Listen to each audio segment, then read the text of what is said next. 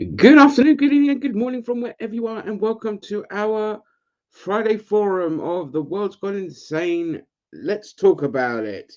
I'm currently flying solo. I'm sure my co hosts will join me later on, but if they don't, the floor is open. Well, there you go. Here's my co host, is my cat. Yes, but if not, you will all be my co hosts today and we could talk about any subject you want. This is an open forum. If you've got a burning issue or topic you want to talk about, then just bring it up in the comments, and you know we'll go for it. It's not a problem. Everything's nice and open, like a gaping. Anyway, right. So, whilst we wait for people to arrive in the comment section and all of that, I'm going to see what my cat is doing. And currently, she's massaging the pillow. So that's fantastic. Right, I'm going to get my chat ready here, get everything ready there, and I won't go into a topic just yet. For those tuning in, nobody's watching right now, and we're just going to wait a little bit, and there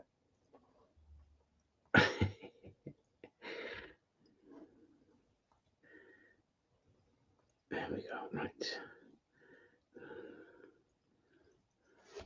So I'm going to be talking. We always start off with politics, news, and life, followed by film and TV, and then ending in gaming.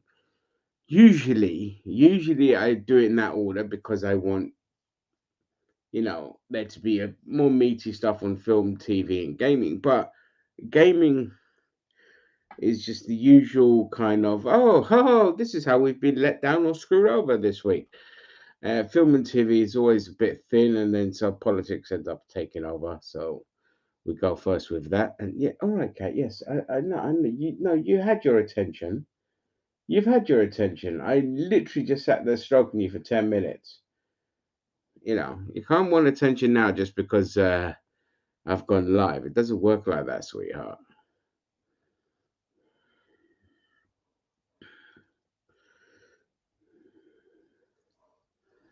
Mm. Right. Where are that? There it is. Let's see if we've had anything new news wise.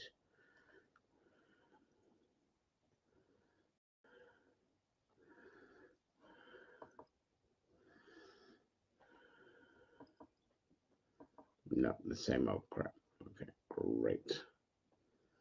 All right. Oh, we've got a couple of viewers in now. So, hello and welcome to anyone watching at the moment. As I said, I am flying solo for now, but I'm sure I'll be joined by my co host later. If you want something you want to talk about, feel free to put it in the comments. All subjects are open. We like to think of ourselves as rather worldly in topical discussions, and whether we're educated on the subject matter, that's a whole other debate. Not when it comes to politics, though, but when it comes to sciences and things like that, like if you want to talk about string theory or atoms and all this, I'll be like, yeah. So,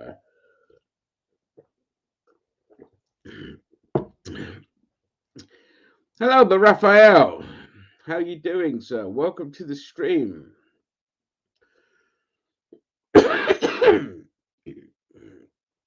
Would you like to talk about a subject before I get started on my main topics of discussion that people could join in with an opinion, or should I just go straight into it? Oh, anything, mate. Like there's politics, news, anything about life, film, TV, gaming. Mr. System, welcome, sir. How are you? I'm just been saying that if anyone has a topic they want to talk about before I go into the main crux of my subjects, feel free to ask it now before other people join me and we get into other discussions about stuff and things. What's the main course? Well, the main course is a cornucopia of subjects. So, in terms of politics, we have the United States being an aggressor again. We have heroes. I wouldn't call them villains. A gang jailed for selling certain items at a cut price. We have an Australian legend who has joined a questionable news network. Oh, here we go. Mr. System wants to talk about the Flash movie. Are you excited? Not really. And take Ezra Miller out of it. Um, there's a lot of fan service that's there that's kind of, hey, Nerdiverse. There's a lot of fan service there that's a little bit too like cringe for me. Though seeing Michael Keaton come back, yeah, I'm all for that. Um, but uh, it looks better than I thought it would, but it's also very like flashbang wallop, no pun intended. So we'll wait and see. I hope it does surprise us, and I hope it's worth them going through all this trouble just to keep the film alive and that. But on that note, are you guys excited to see the Flash film? My opinion is just singular. I want other people's opinion on it. Um, I'm also a little bit annoyed why that Aquaman 2 has kind of been pushed back. It's like that should come out first, and then like if Aquaman 2 sucks, that's fine. But the Flash should be the final film of that era before moving into the James Gunn era. Why are movies lately so unoriginal? There are a lot of remakes and direct sequels to old movies. Nah, it's just another comic book film. We've had a lot of those. Yep, that's fair, Raphael. I'm excited to see how they reboot the DC movies. Yeah, I mean, uh, I want to see how it ends. Like that's the main area of the Flash. I want to see how they end it. If James Gunn has had any input coming in and done some changes himself. I kept saying like my biggest curiosity about watching the film was that there are some scenes that the film just up literally less than a mile away from my house, and those are the scenes I really want to see. However, with all the reshoots, I'd be surprised if they did it. But it's basically just the scene that films the Flash running into a supermarket. And that's all we kept seeing. Like that was what they kept retaking when we saw them do it. So there's there's that element to it. But other than that, I want to see how they end it as well. Let me see. Right. So movies are, so with movies being unoriginal and with all the remakes and direct sequels, I mean, there's two aspects to it. Number one,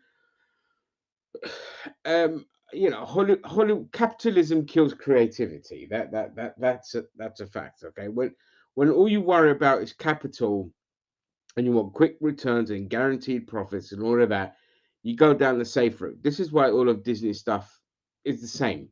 Doesn't matter if it's cartoon, doesn't matter if it's live action, doesn't matter if it's Star Wars or Marvel or just Disney films or Pixar, whatever.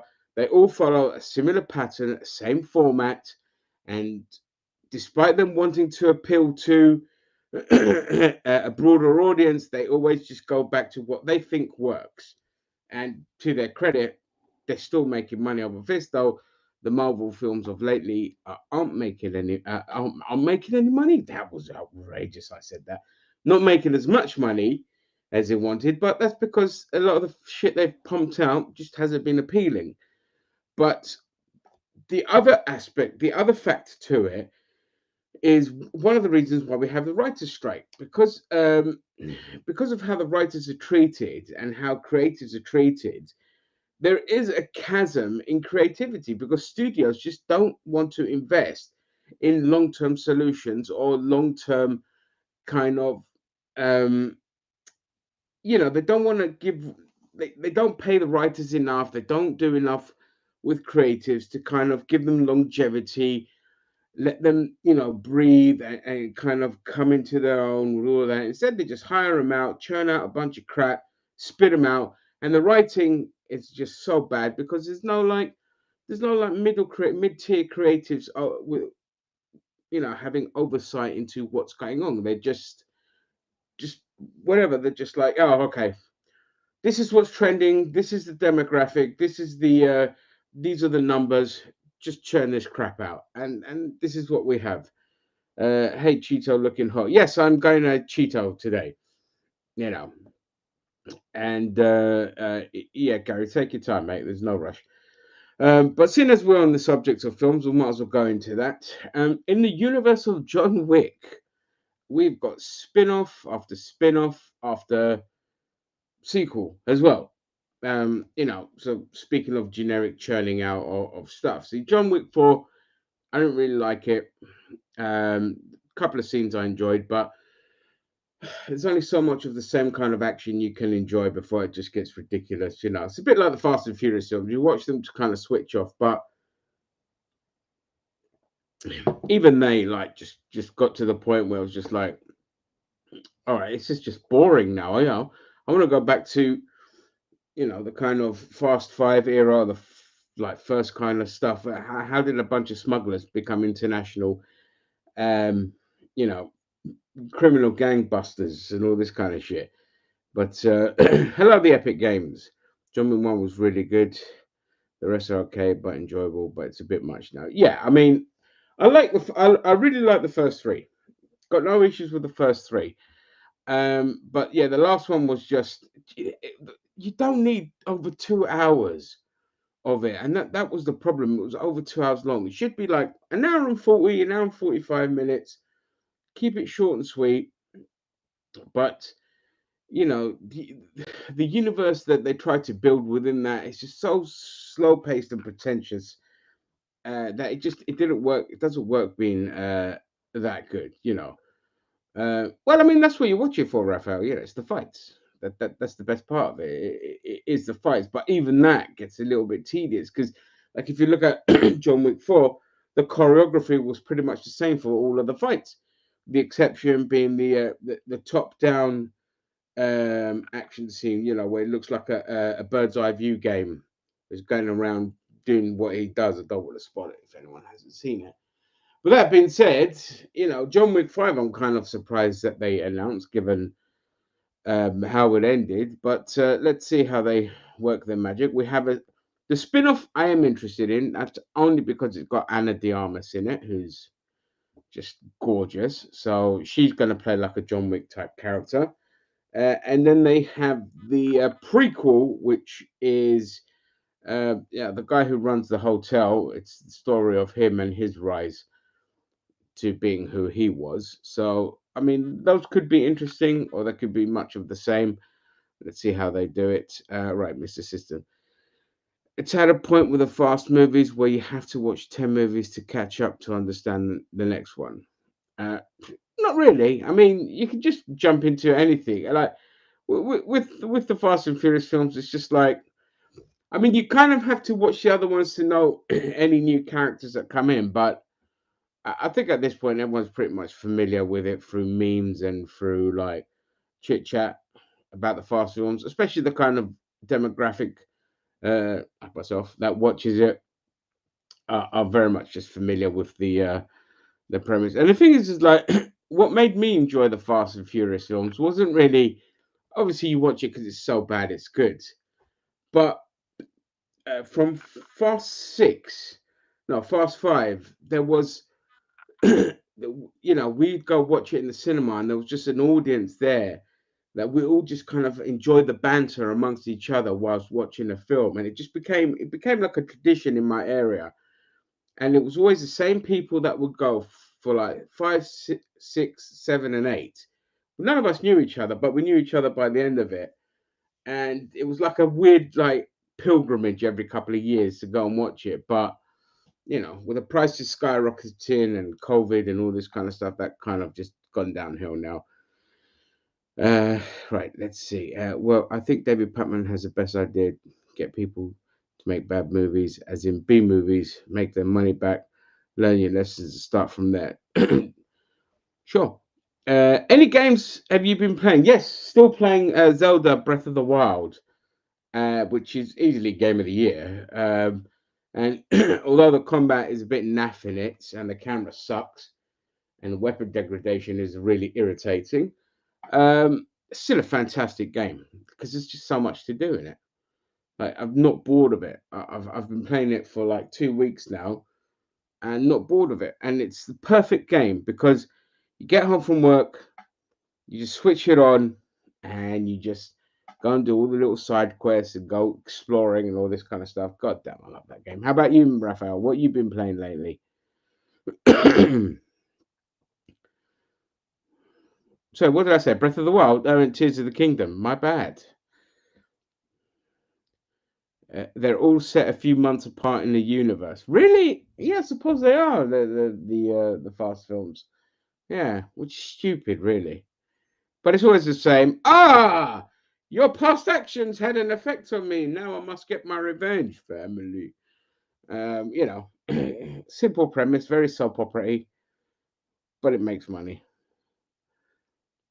You've been playing it yourself, yeah. It's a great game. The construction side of stuff, the things you can build as well.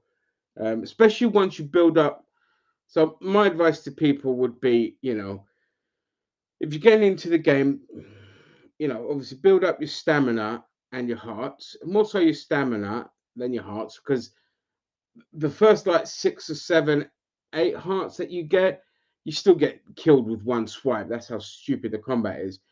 So I'd build up my stamina. So for every 2 stamina, do a heart, and go and collect all the little zonites and get your little zonite crystals and all that. Build up your battery, because once you've got those elements done, the game is just ridiculously fun. Especially when you have your better batteries and you can last longer on your vehicles. Fantastic. I haven't played Disco Elysium, but because that's a kind of a narrative driven game. It's not really a game. It's just like you point click and it's just chit chat and all this kind of stuff. Not really interested in it, but I've watched other people play it and I love the story on it. Like, make that into a film. What a great film that would be.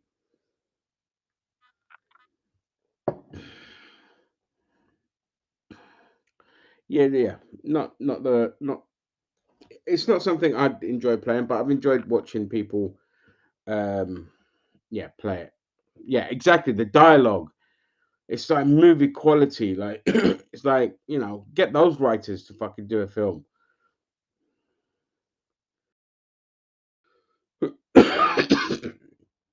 um, Speaking of games as well, so we've had like obviously we know the disaster of Redfall, but more revelations came out that would be no surprise to anyone about why the game was such a disaster. And so basically, production started on the game when ZeniMax um, still like owned the company outright.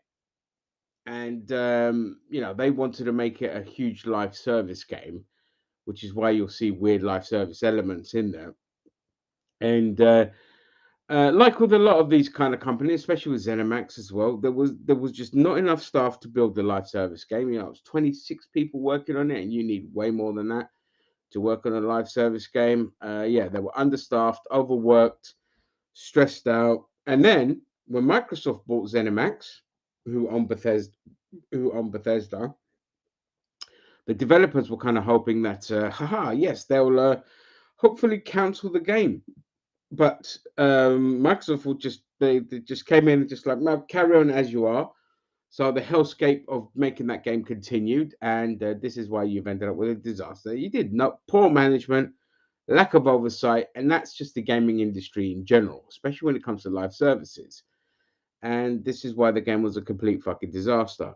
Uh, Spider-Man Across the Universe is brilliant. It connected so many universes. Zam is gonna fucking love it. 10 out of 10. Well, I loved the first one, and I'm so happy and relieved that the second one has gotten incredible reviews and is projected to make a fucking load of money as well. Because the first one was a flop, but because it had such a cult following and like online buzz, Sony actually did the smart thing and just thought, yeah, fuck it, we'll go for a sequel. Doesn't matter if the first one didn't make as much money. And it's projected to make way more than the previous. And I'm so happy. I hope so. I hope so. I can't wait to see it. I'm gonna wait for digital because like I can't justify cinema prices these days. In my area, it's like $23 just to go watch a film, man. That's just too much. Quid if you live in the UK. I can't justify that for anything anymore. But I'll watch it when it comes out. Hey, Zabo!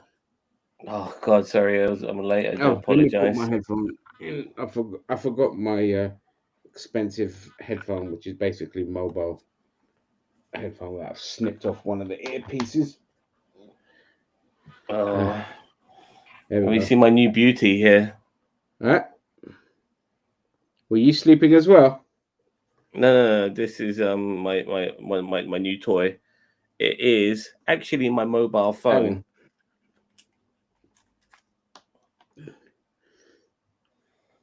Yeah, This is sorry, my go on. my mobile phone. It's Samsung Galaxy A52s. This is the uh, bone back or backbone. I like calling it the bareback. And Dirty what you do, bastard. you put your phone in here like this, and all of a sudden, I've got myself You connect a via Bluetooth. PlayStation. No, there's a little slot in here, connects to your Oh, USB right, right, C, right, right, right. So I recognize it and straight now away. this little device is a PS5. It's the new Xbox. It's a Steam machine. It's all all in one. I was playing Gears of War on it. I was playing fucking FIFA on it. I'll be honest with you, I might need a bigger screen phone because when you're used to playing video games on a 40-inch TV like I am, Yeah. um, playing on a 7-inch screen, or sorry, 6.6-inch screen, it's just not the same. Um, Well, yeah, but I'm that's why squinting. that's why you buy that fucking thing so you can play your games on there. You know the screen's going to be small. Um, Next one, you might as well get yourself the big boy Samsungs, the Ultras. I'm thinking about getting myself the ultras or the fold the that sort of like tablet folding thing. They're too expensive, mate. It's not worth it. Well, the ultras are also expensive. Both of them are in the Yeah, thousands. yeah. Yeah, I That's the mean, point. Yeah. All right, just quickly so here. So, speaking of Spider-Man, Sydney Sweeney confirmed to play Julia Carpenter, the second Spider-Woman, Arachne, in Madame Web's movie. Oh my I don't god. know. Well, all I know is it's going to be Sydney Sweeney in a tight figure hugging outfit. I'm fucking in. I'm in. Uh, She is well, I've been hearing ridiculously about hot. Madam Web happening for a long time now. Whether they Yeah, pull I that mean, it's one got off, Dakota Madam Fanning. Web I think happening. Dakota, what's his name, is playing her. Is playing Madam Web. I don't really give a shit about that film, but listen, if there's a bunch of sexy chicks in it, I'll watch it. I know that sounds a little bit sexist to say, but let's be real. What else is the appeal of watching something that isn't the main Spider-Man? Speaking of, Sony have confirmed that they're going to be working on the Miles Morales film, which was basically more of a waiting to see when they announce it rather than it's a surprise. But they're also going to be doing a Spider Woman animated film. So I'll be interested in that one. Anything to do with animation, I'm always more interested in than live action. Live action We'll Miles probably Morales. probably get an unknown. I think for the role of Miles Oh, Morales. probably, yeah, because they're gonna get like a, Hello, a Mr. young a System. young actor. But after having the Across the Spider Verse, they won't be able to match that. So I think it's going to be a little bit redundant. But we'll just wait. We'll just wait and see. Uh, yeah, but I'm interested to see what they do with the Spider Woman one. That's for sure. By the way, Dan, Happy Pride Month. huh? Happy Pride Month. No, don't talk about Pride, mate. You might trigger a few You know, writers in um, here. uh, it's really I don't know how to take certain things now because I don't want to side with the bigots, but at the same time, There you like go. Change if my you're name not to if Pride Guy. Hang on. if I you're want not gonna don't yeah, derail. Hang on. Let's just stay on subject for 1 second. 1 second. We'll see here. all Alien right. Romulus will be a midquel taking place between Alien and Aliens. It will connect all the movie and Aliens isolation game. So they're sticking within this timeline then. Well, of course they are. I mean, this is Disney. This is Disney now. So Like Prometheus was bollocks, and then they made Alien Covenant, and they that decided was to kill even off all bigger the bollocks than engineers. Prometheus was. Like no, look, Ridley, don't kill off the engineers. The engineers are actually really cool characters, but you just made them stupid. There's actually a really good comic book of the engineers versus the predators as well, but they're all in the same universe now. Yeah. And but I, it's just bollocks. Like, I remember when Prometheus came out, I so many people, my mate Ray, all fucking banking on this film being really good, and I wasn't surprised it was shit. I wasn't surprised that it was shit at all. No, there two It had reasons for it. no idea what it wanted to be. You know what Yeah, I mean? two reasons. Number one, this was during, this is the era of Fox where anything they made was just absolute garbage. And two, it was a Yeah. prequel. Like, honestly, if you look at Fox from like mid 2000s up until they got bought by Disney, the stuff they were churning out was awful. They were worse than Sony Pictures. So I was not Like, surprised this turned out crap. They were run by the absolute worst fucking look, producers. I remember in Alien, John Hurt's character finding the engineer with a hole in his stomach. It was a massive mystery of like, all these eggs on his spaceship. Where did they come from? The mystery was massive. And then it was revealed that David, the fucking robot, was the one who created the fucking aliens and xenomorphs in the first place. And Yeah, that just this, destroyed the mystery and destroyed anything. It was just stupid. one of the few Crap. times where I refuse to accept that this is how it all happened. I refuse. I totally refuse. Like, there's no connection between Covenant and Alien, like, regarding that particular engineer, unless I'm missing something. It's just so. What is it with these directors when they go back to things that made them famous that they just fucking ruin it? George Lucas, Steven Spielberg, fucking Ridley Scott. They always fucking ruin what got them on the fucking map in the first place. Yeah, Pisses me off. they just can't help. They just studios money. Then they bring in the original people involved because they think that's gonna do what sells. But then you end up with like like Prey, which was a great film. I think it was okay. I wouldn't say it was great. I thought it was okay. Fair I enough. mean, I enjoyed I it. put it in the same league as Predators. That sort of level. Oh Of, no, it's not that movie. bad. Jesus Christ. I didn't mind Predators. I thought Predator was No. okay, but Predator was more of a homage to Predator. But Yeah. But I mean, proper homage. I mean, Yeah.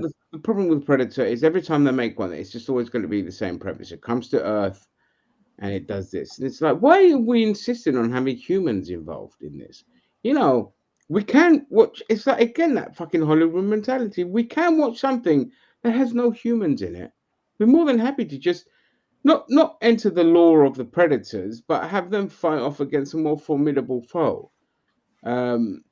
Big giant fucking beast and all that, and just make it a great big fucking CGI Well, sanity fest or something. Because Predator's supposed to be just like a great fucking action films and all this, and instead we just come back to Earth every time. my problem with Prey was the fact that the Predator was just killing animals willy nilly. Like, you have to be. I thought the whole premises was that if you're not armed, you're no harm.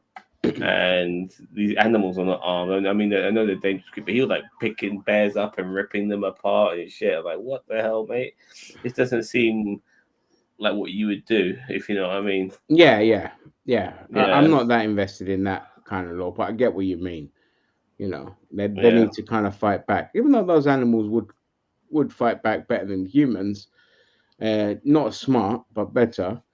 And the xenomorphs, I want to see them connected to other alien species, because in Alien versus Predator 2, we it was so fucking dark. We never saw the predator alien, so to speak. But basically, the alien basically represents the species that it was in. So in Alien 3, it was more like the dog, which the Rottweiler that it came out and stuff like that. I want to see more of that from the xenomorph. I want to see it resemble other creatures. Yeah, other So to creatures, speak. other aliens, just like they did in like the Yeah. game and they did in like with the toys and all this kind of stuff. Because if you remember the toys, oh my god, the toys were incredible from Kenner, and they were just like, just they had different styles. You had like rhino ones, you had fucking puma ones and weird ones, and it was great. A couple Alien of 3 things here was an from oxen. What? what the hell's an oxen? Well, it's a fucking cow. It's a type of cow, but it was a dog. It wasn't an oxen. No, it came out of a dog. Yeah. I It guess came out of a I dog, should have and mentioned that John Carpenter is talking about making the thing too. Mate, how is John Carpenter still alive? Isn't that guy like 100? He should have been making any fucking films now. I don't know how they're going to pull that one off. For a fact that they actually made a prequel, also called The Thing, Which was shit was very and forgettable. which was very annoying because you can't be calling. If it's a remake, fine. If it's a prequel, then give it a different fucking name. But yeah. So that was really fucking stupid. But Yeah, yeah. But yeah, I don't. Yeah, that universe is not interesting enough. The remake was perfect. The Kurt Russell one. It's one of those perfect films. It doesn't need more built on it. But again, we just keep going back to the familiar well. I don't know why. You're better off just going more derivative with stuff. Just like copying other shit and just churning that out. Because then you can pass it off as original, and sometimes shit might stick. And you could build a whole universe with it. But if you keep going back to the well, you're limiting yourself to well, look, yeah. regarding certain things like Citadel, finished watching that now. It's only 6 episodes, by the way. I thought it'd be more. Um, I'm not going back I to had that. That fucking I, broke my brain. it was yeah, but I finished watching it now, and I have to say that even though I think it's a shit series, the twist at the end of season 6 was pretty good. So episode 6 Episode 6. was pretty good. I've just started watching Fubar on Netflix. I'm not sure if you've Uh-huh. seen that. Have you I seen tried that? watching it. I just didn't like it. It's got that once again. It's got that American fucking humor that is just so quirky and shit, Yeah, just And it's stuck in the 90s. yeah, and I'm 3 episodes in. There are the odd element here and there which is not too bad, but what this reminds me of It is is horrible, basically Lance. Yeah. if Schwarzenegger's character from True Lies had retired, you know what I mean, or that age and stuff like that. Kind of reminds me of that a little bit, but like some of the backup characters, like it's like this spy agency only seems to have the same fucking people all the time. You know what I mean? Like there's nobody else Yeah. who can work, and it's just so silly.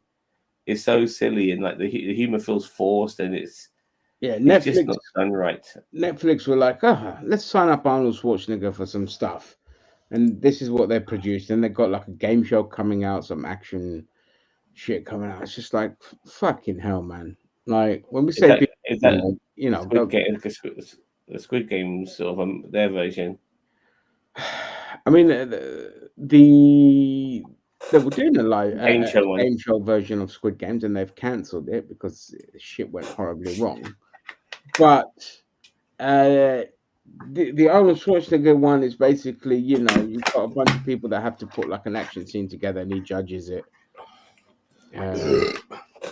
Raw BG shut down, one of the largest downloaded trackers in the world. They shall be missed.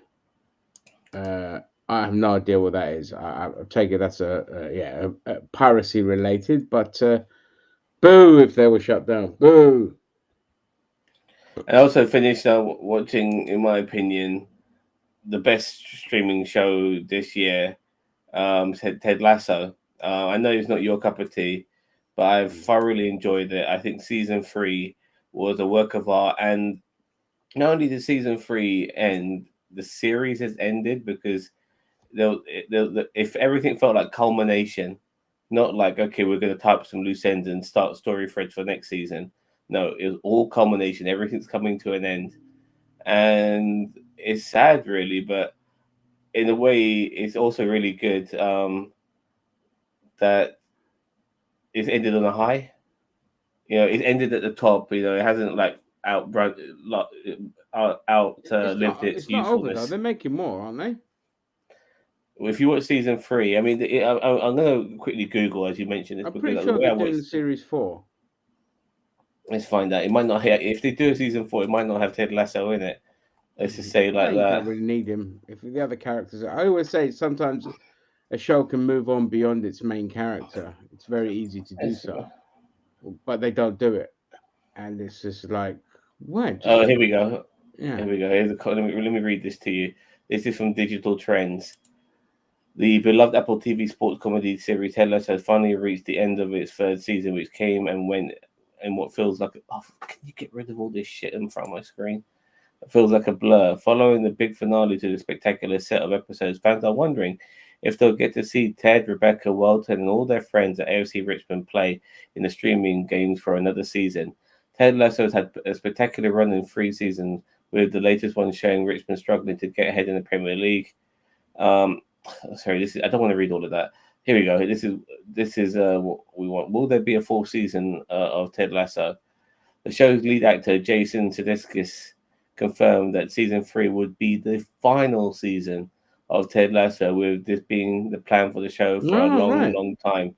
In an interview with Deadline, Sudeikis said, "This is the end of the story that we wanted to tell, that we were hoping to tell, and that we love to tell. Much like the original Star Wars trilogy, the great saga of Ted Lasso will end on its third outing, with a team at Richmond battling the evil Rupert and his empire at West Ham United. The series ending after just 3 seasons will undoubtedly leave some fans disappointed, since Ted Lasso is currently one of the most popular and acclaimed comedy dramas of all time.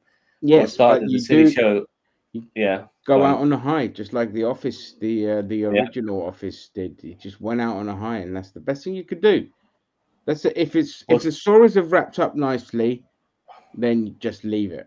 Don't go back to that well. They're gonna fuck it up. They're gonna go back to the well, and they're gonna fuck it up. um But I hope not. For just for the fans, to have something short, sweet, and perfect to enjoy. I might not be my cup of tea, but hello, it's hello nice to see block. that. And Apple TV, like Apple TV, has churned out some absolute bangers. To be fair, And um, more flying down will be. So let me just quickly finish reading this. mhm. What started as a silly show about a football coach hired to lead British soccer team became an endearing and uplifting story about a group of people overcoming such adversities as loneliness, trauma, and mental illness. Such a story appealed to countless audiences around the globe, giving them hope and joy when they desperately needed them following the worldwide shutdown due to the pandemic. Nevertheless, it seems like the right call for Apple TV to let the series end now, as the writers would have to go beyond their original intentions for the overall story if they stuck around for more seasons. As many other long-running shows like The Simpsons and Family Guy have proven, lengthy runs can cause a series to lose its magic.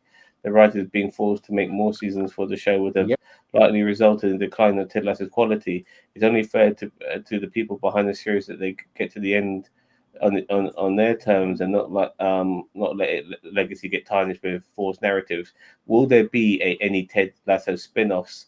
Even though this Emmy awarding series has come to an end, Ted Lasso's creators are open to the idea of making spin-offs centered around the other cast members. Season 2 and 3 depicted characters like Roy Kent, Keely Jones, Coach Beard, Jamie Tart, Sam Obasanya, Trent Krim, and Nate Shelley, branching off into their own storylines. In fact, some recent episodes have spent more time focused on these characters than they did with the show's titular coach. As a result, the series has shown great potential for the supporting players to have successful solo adventures, and that if it would be best to focus on them instead of Ted Lasso for any future projects. There's more stuff to read, but I can't be asked. Yeah. Okay. Well, again, I wouldn't be surprised if we've got some spin-offs coming out of it, but that's all right because that doesn't ruin the original show. You still have the original show. So if they want to do spin-offs, that's fine, but you really shouldn't. I mean, if everything's wrapped up nicely, just leave it as is. Um, yeah, mind you, fuck knows what we're going to get lately with the writers' strike and how that's going. Everything's like grind to a halt. Spider-Man 4. They were ready to go and they've all stopped production in like solidarity. Deadpool Wolverine is going ahead, but that's already been written and finished. The good thing is that according to the rules, Ryan Reynolds cannot improvise in the. So whatever's written, he has to stick with that because any improvisation it is seen as new writing, and you can get sued for that shit. So that's great. If we could What keep the Ryan fuck? Reynolds on the leash, that would be great. Because I'll be honest with you, I don't really give a shit about Deadpool 3. Like, I can't stand Ryan Reynolds. Just I'm just curious to see what Disney are gonna that's the let thing. show on their What screen. R-rated? What are we going to get with an R-rated Disney If it is Marvel? gonna be, if first of all, I need to know that it is R rated It is R-rated. It's been confirmed. until is it Yeah, it's been and confirmed and, and over and Disney are over gonna again. back it, and they're gonna It's whether and they they're gonna stick be with it. totally. Yeah, they're gonna be cool with masturbation jokes and fucking toilet humor and stuff like Yeah, I that. mean, They're they'll be fine with it. Not everything. yeah. Yeah, Like they've been fun with it, up till then. Like they haven't had nothing close to that up till then. no, Yeah, but it's not I like mean, Disney. people, Disney, they had Miramax and they had Touchstone, and all these kind of production companies, and that they've done. They've put the series Extraordinary on their platform as well, and all this, and that was just, they went there. I mean, a cat and blowing its I nose. agree with you, but I think that that's sort of showing his word of mouth for it to be for it to get recognized.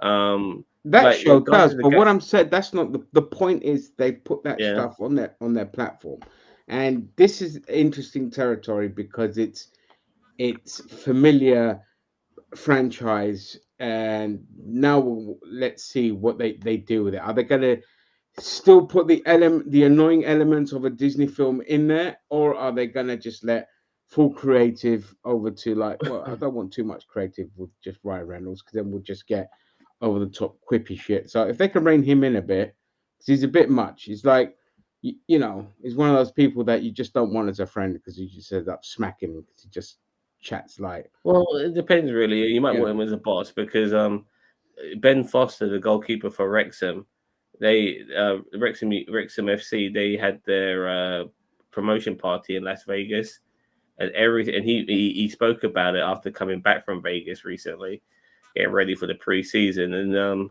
he mentioned how everything was paid for. Like he about £500,000 was probably spent between McElhenney but it's and and Reynolds. it's not a question of whether they're nice guys. They are nice guys, but just the personality is grating, like that for me. Yeah, I'm just talking about what happened. I mean, Yeah, he mentioned like that they went into this one particular bar and it was all turned into like Wrexham FC, and there's images of Paul Mullins, their striker, scoring goals and stuff like that, and like how incredible it was for them, like you know uh yeah yeah yeah. the Like story Ted of Lasso, Wrexham. but with Yeah, professionals at home, kind of yeah, thing. the story of Wrexham is beautiful. That and Luton FC as well. So Oh, the yeah, Luton one is brilliant, man. A team with like a small 10,000 seat stadium,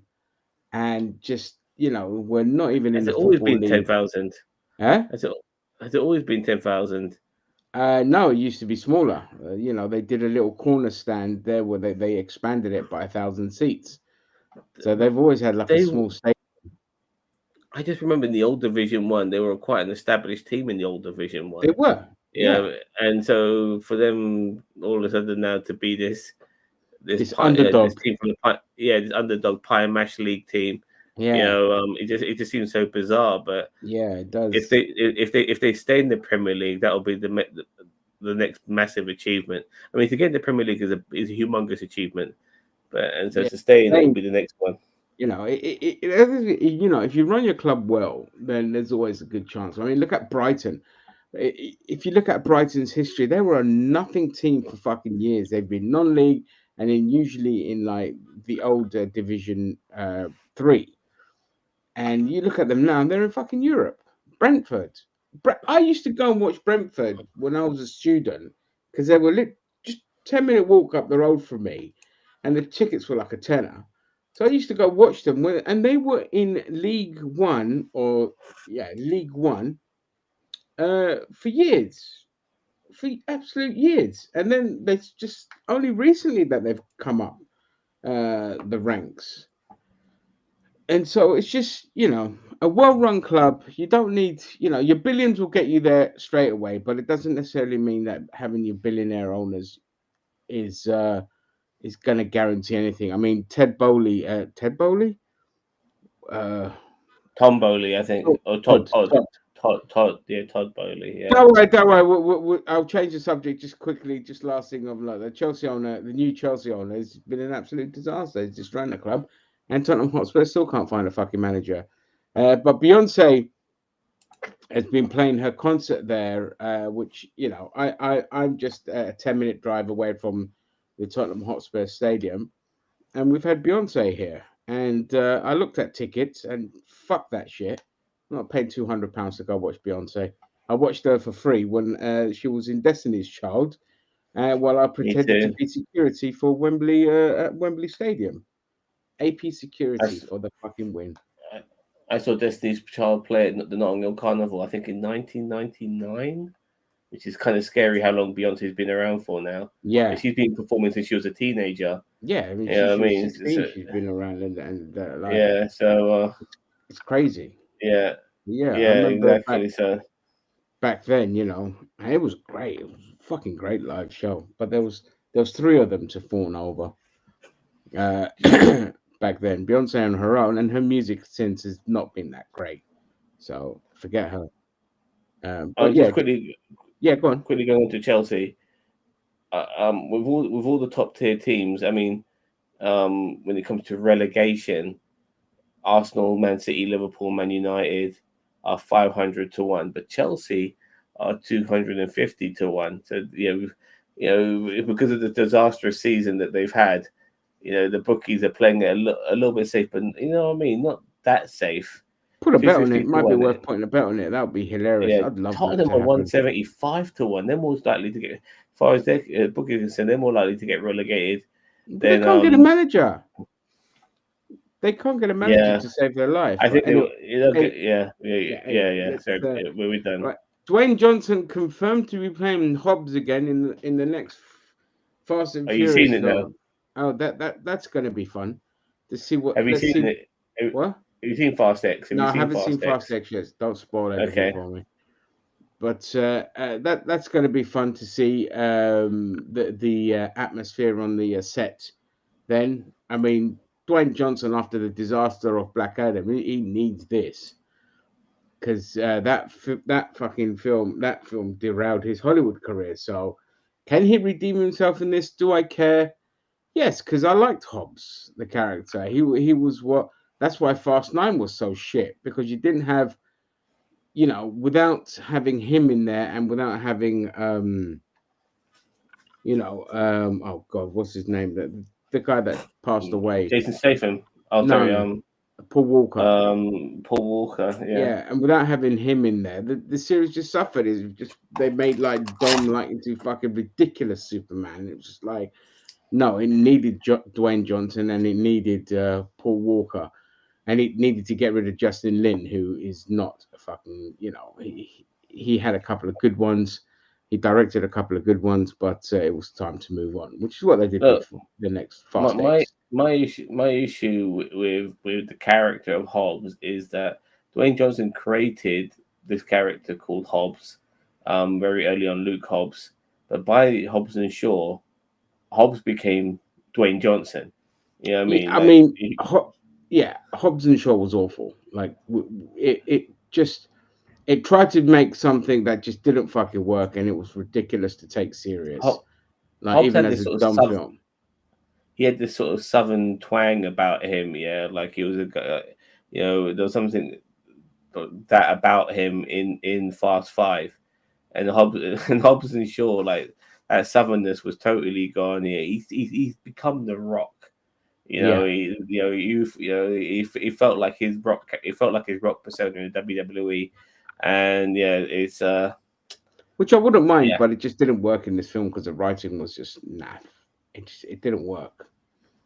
So I hope they don't get a sequel. I don't mind seeing him in Fast, as long as we get the Fast 5 and 6. The Fast X is a whole trilogy apparently.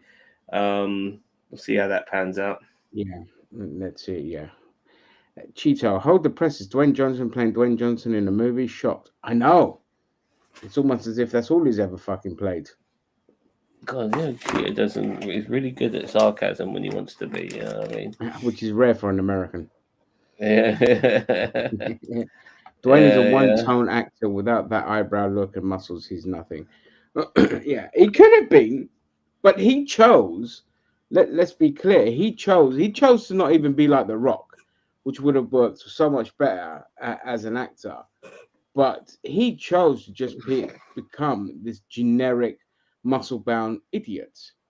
Um, if you watch his earlier stuff, there was a bit more range and a bit more swagger about him. But after, I think it was after Pain and Gain, when he went down the HDH fucking route and just did all those hormones, it just sucked his personality out, and we just got fucking Brick Rock, which is just like, oh, well, the closest we got to some slight range, which I really enjoyed and I think is underrated, was Jungle Cruise, and I really loved his character in that because he was a smarmy con Yeah. artist, Yeah. and it was nice to see that. And that's the kind of stuff I want to see more of. I don't want to see the shit with, like, Black Adam was his magnum opus of crap and blandness, and it was just like, how do you take such an interesting character and turning him to just another fucking generic piece of shit? um it is just disappointing. Like, all the early hype and the ideas they had for the film early on, I thought great, and then they just, give us what they gave us. And I blame Daniel Vance for that, because that's what he wanted. And that's unacceptable. Yeah. So Secret Invasion is coming out soon as well. I think, is it the end of this month or middle of this month? When? 2 weeks. Yeah, it's fucking June, isn't it? No, it's Yeah. coming out now. It's I'm waiting for 2 weeks. I'm waiting for Only What, Murders in the who's Building. making this? Donald Trump. What's that? Um, you said 2 weeks. Who's making this? Donald Trump. You know what I mean? Because he always said 2 weeks when it came to anything he was trying to do. But Let me see. yeah, I don't know. Like, I'm just getting, like, at the moment, in a way, it's kind of good that we're getting this little break from all of this 21st shit, of June. because Oh, 21st listen, of June, so it's 3 weeks I've got then. total. I was saying to my brother the other day, because he finally got around to watching Ant-Man the Wasp, Ant-Man Quantumania, and even he agreed it was just shit. I just said to him, like, there's no excitement anymore for anything Star Wars or anything Marvel. Like, the fatigue is definitely kicked in, and because they're run by the same company, they're churning out the same similar tone of film. So there's, like, the only reason I'm excited for well, I wouldn't say excited, it's more curious than excited. It's because it doesn't have all that stupid comedic crap in it, and it's like more of like a thriller, a spy thriller, which, I want more of. That's what the MCU should have had more of. That instead of going with the tone of Guardians, they should have gone with the tone of fucking Winter Soldier. But alas, here we are, and we've reached fucking the boiling point of nobody giving a shit. I'm actually looking forward to the Captain America movie, because it's been a long time since we've had a Captain America movie, Yeah, as and long as that's a spy thriller as well, and not a stupid buddy comedy. it needs to be Um, different to yeah, what we. It needs to be, and obviously it's going to be significantly different because we're not going to have Chris Evans back. Um, and but yeah, I'm really hoping that will pay dividends in the end, because it could probably be the most grandest thing we're going to be getting for a while. With everything right now is spectacular. The last several um, Marvel movies all feel the same, all look the same. They all got the same sort of color palette of multicolor.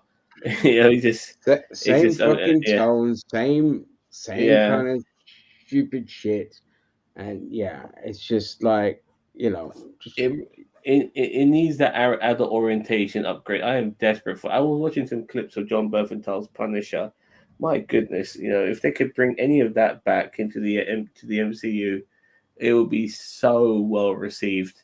You know what I mean? Like, he's like just like some of the ways he killed people in that series yeah. was remarkable. The series itself wasn't that great, but John Berthel did make it watchable.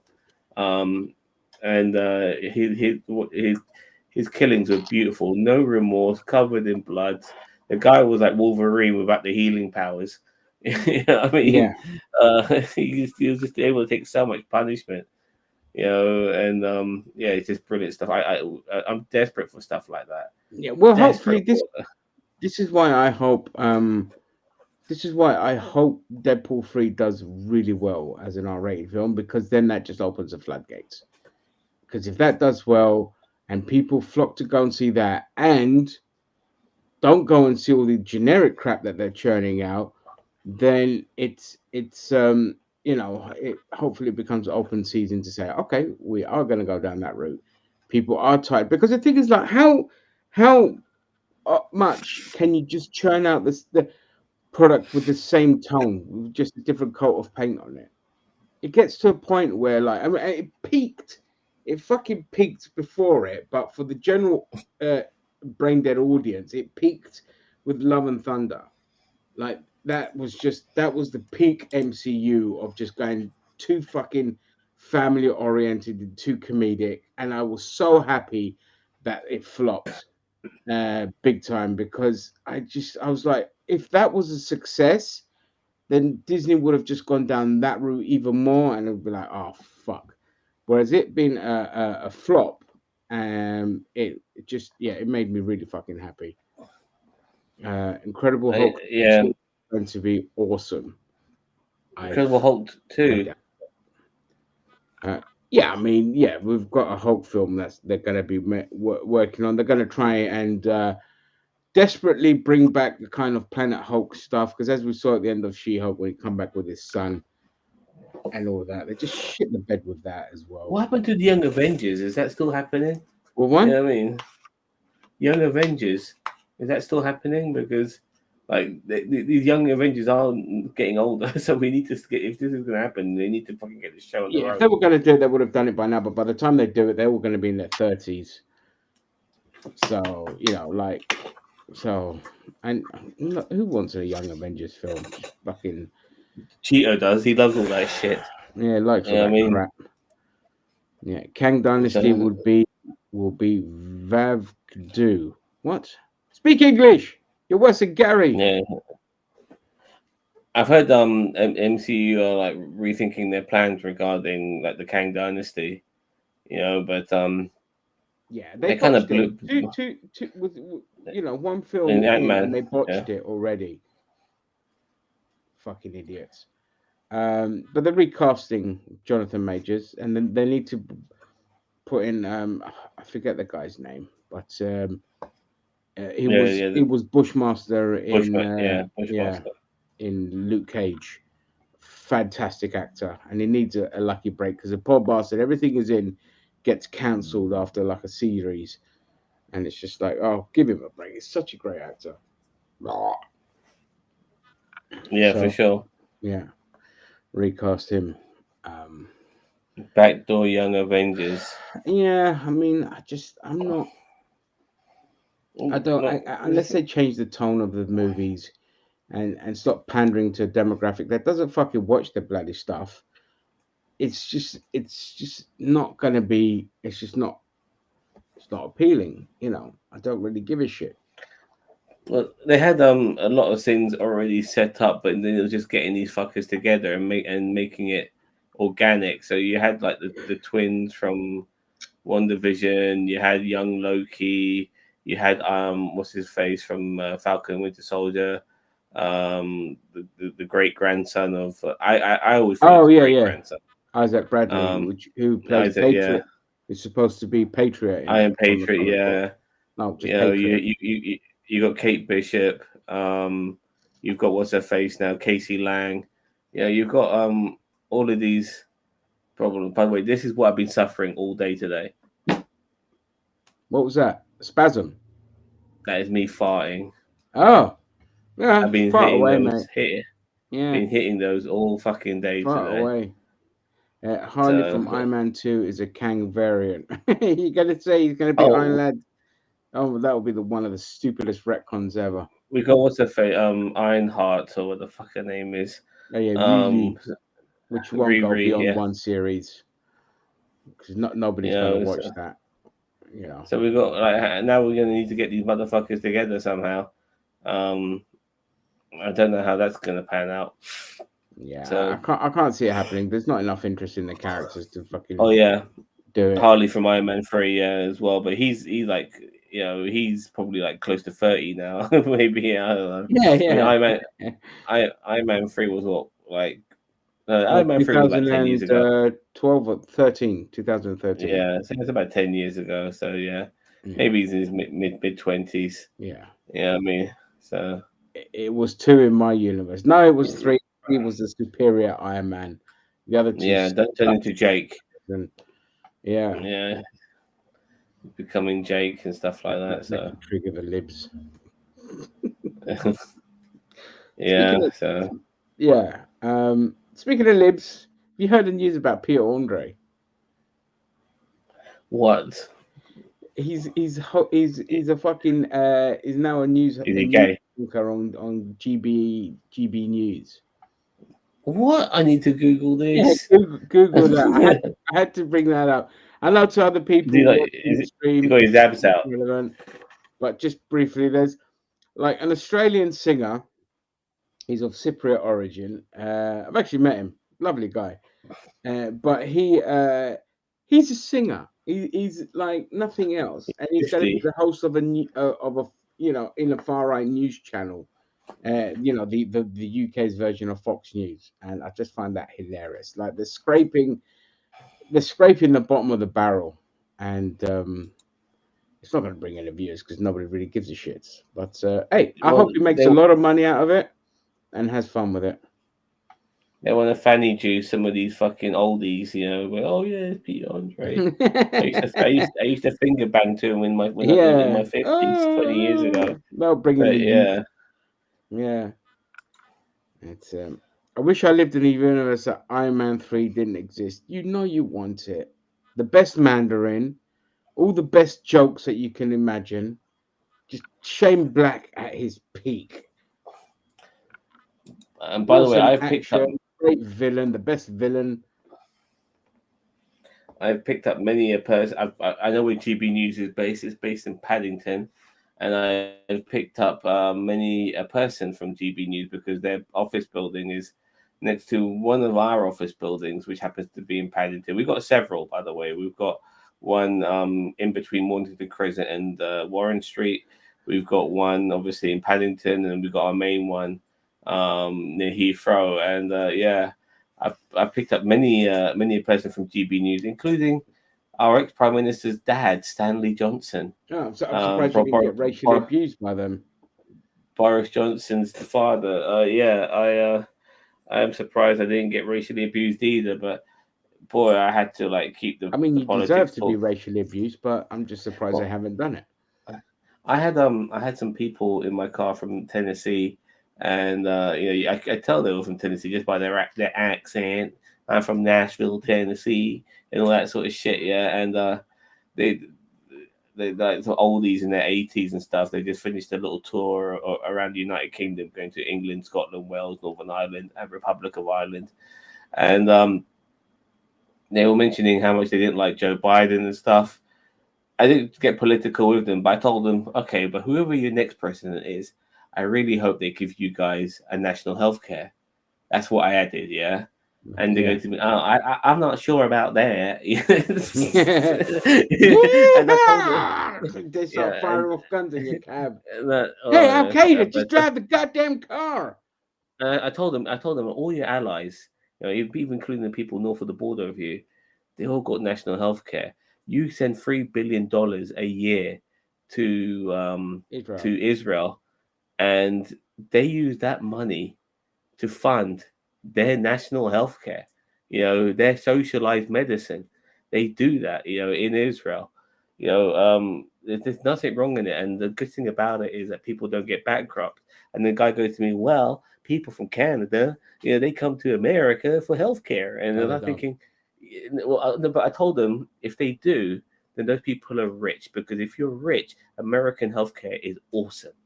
Yeah. But if you're not rich, you're going to get bankrupt, and you could get turned down by insurance companies. I tell them, you know, the amount of things I've gone through in my life. If I was in America, I couldn't fathom going through some of those things without, you know, like I don't even have people can even want to be wrestlers or play the NFL without fucking going No, bankrupt this if is they what have I one mean. minor injury. For a country with no I just health, don't get it. that's the stupidest stump Yeah. people. You know what I mean? It's just fucking ridiculous. Whereas over here, So, you but don't need the health insurance stuff. You just like, oh, I broke my leg. I'll just give me 2 minutes. I'll be, even though like the Tories are destroying our NHS because they want to privatize yeah. it, and sadly it's working because more and more people are going private. Um, but Well, our we're a dentist are like society that, of cups Ginger. that don't fight for anything. So there you go. I took a day off work today because I had to go to the dentist. Um, and that's become privatized now. Like, you know, we have to pay for it. Uh, Well, it never used there's to always been really. dentists, so Really, I thought dentists were part of the NHS. you can get No, NHS dentists. I have an NHS dentist, but the majority of them are private fucking hell. because we just want to nickel and dime people like eyes and teeth. We don't see it as a serious enough thing This to have it on the NHS. this boils my fucking blood. Yeah, I'm disqualified from health insurance before age 22, pre-existing That's conditions. I mean, disgusting. it boils my fucking blood Yeah. when I hear stuff like that because that's the whole problem about health. You know, old issues can reoccur. You know, and to have a to be disqualified from insurance, you know, and the fact that so many Americans don't want to change, like how I mean, like it's incredible, you know, and a lot of these people could easily appreciate public healthcare if they got it. And it's not a left wing, right wing thing because there are right wing dictatorships in this world with fucking national healthcare. You know what I mean? So it's not about a left or right thing. It's just about a right or wrong thing. You know, and unfortunately, it's wrong not to have a public Well, health I care mean, yeah. Again, in a first world country. majority of right wingers now want universal healthcare in America. They're at 60 something percent now that want it because they understand that medical bankruptcy is like just the number one cause is the number one cause of bankruptcy. And GoFundMe is the best funder for healthcare out there. People need to go to GoFundMe, and it's just like, you know, That's become the get NHS. your fucking guns and put them to good use. That's what more can you say? You know what I mean? This For is the what right this is what healthcare for all is this is socialism. what Yeah, this is yeah, what but pisses me off. Sorry, let me just intervene on this. yeah, Like so many people on the right like to call themselves Christian. Christianity in itself, elements of it is fucking socialism. If you fucking read your Bible, helping the needy, helping the poor, helping the sick, giving away your wealth to do all of this shit is what it means to be a fucking Christian. You know what I mean? And it's incredible that you know, like they don't want to fucking um implement their Christian beliefs when it comes to policies like this. They want to do it in other things like banning gays from fucking existing. You know what I mean? And trans people and shit like that. And trans people are not even in the fucking Bible. But when it comes to maybe helping your fellow man, like maybe keeping them alive with a policy that everyone's taxes goes towards this universal fund that will keep it, you know, give everyone medicine. Fuck that.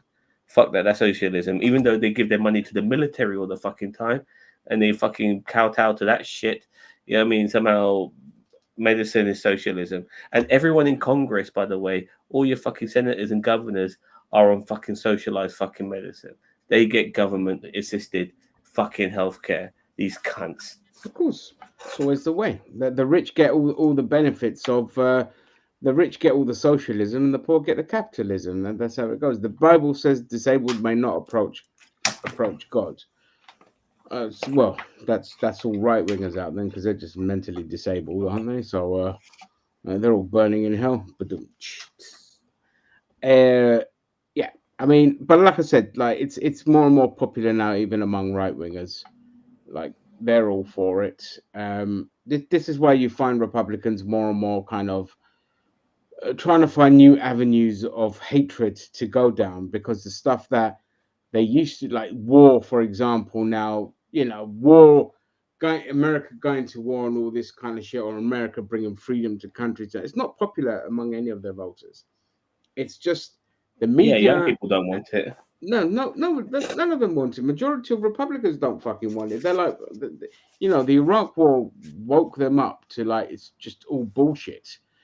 And now, forget it. You can't go. You'll never convince the younger generations to go to war. So you're either going to have to all your next fucking systems of oppression are going to have to be fully automated because in a generation's time you're going to have no army, and hopefully that happens the world over, because we don't need militaries in this world. We create militaries for right wingers who just want to fucking go to war all the time because that makes money for certain people. Well, if people just don't join the military, it's easier said than done. But as years go by, it'll be a lot easier said than done. I But disagree. National service will be implemented.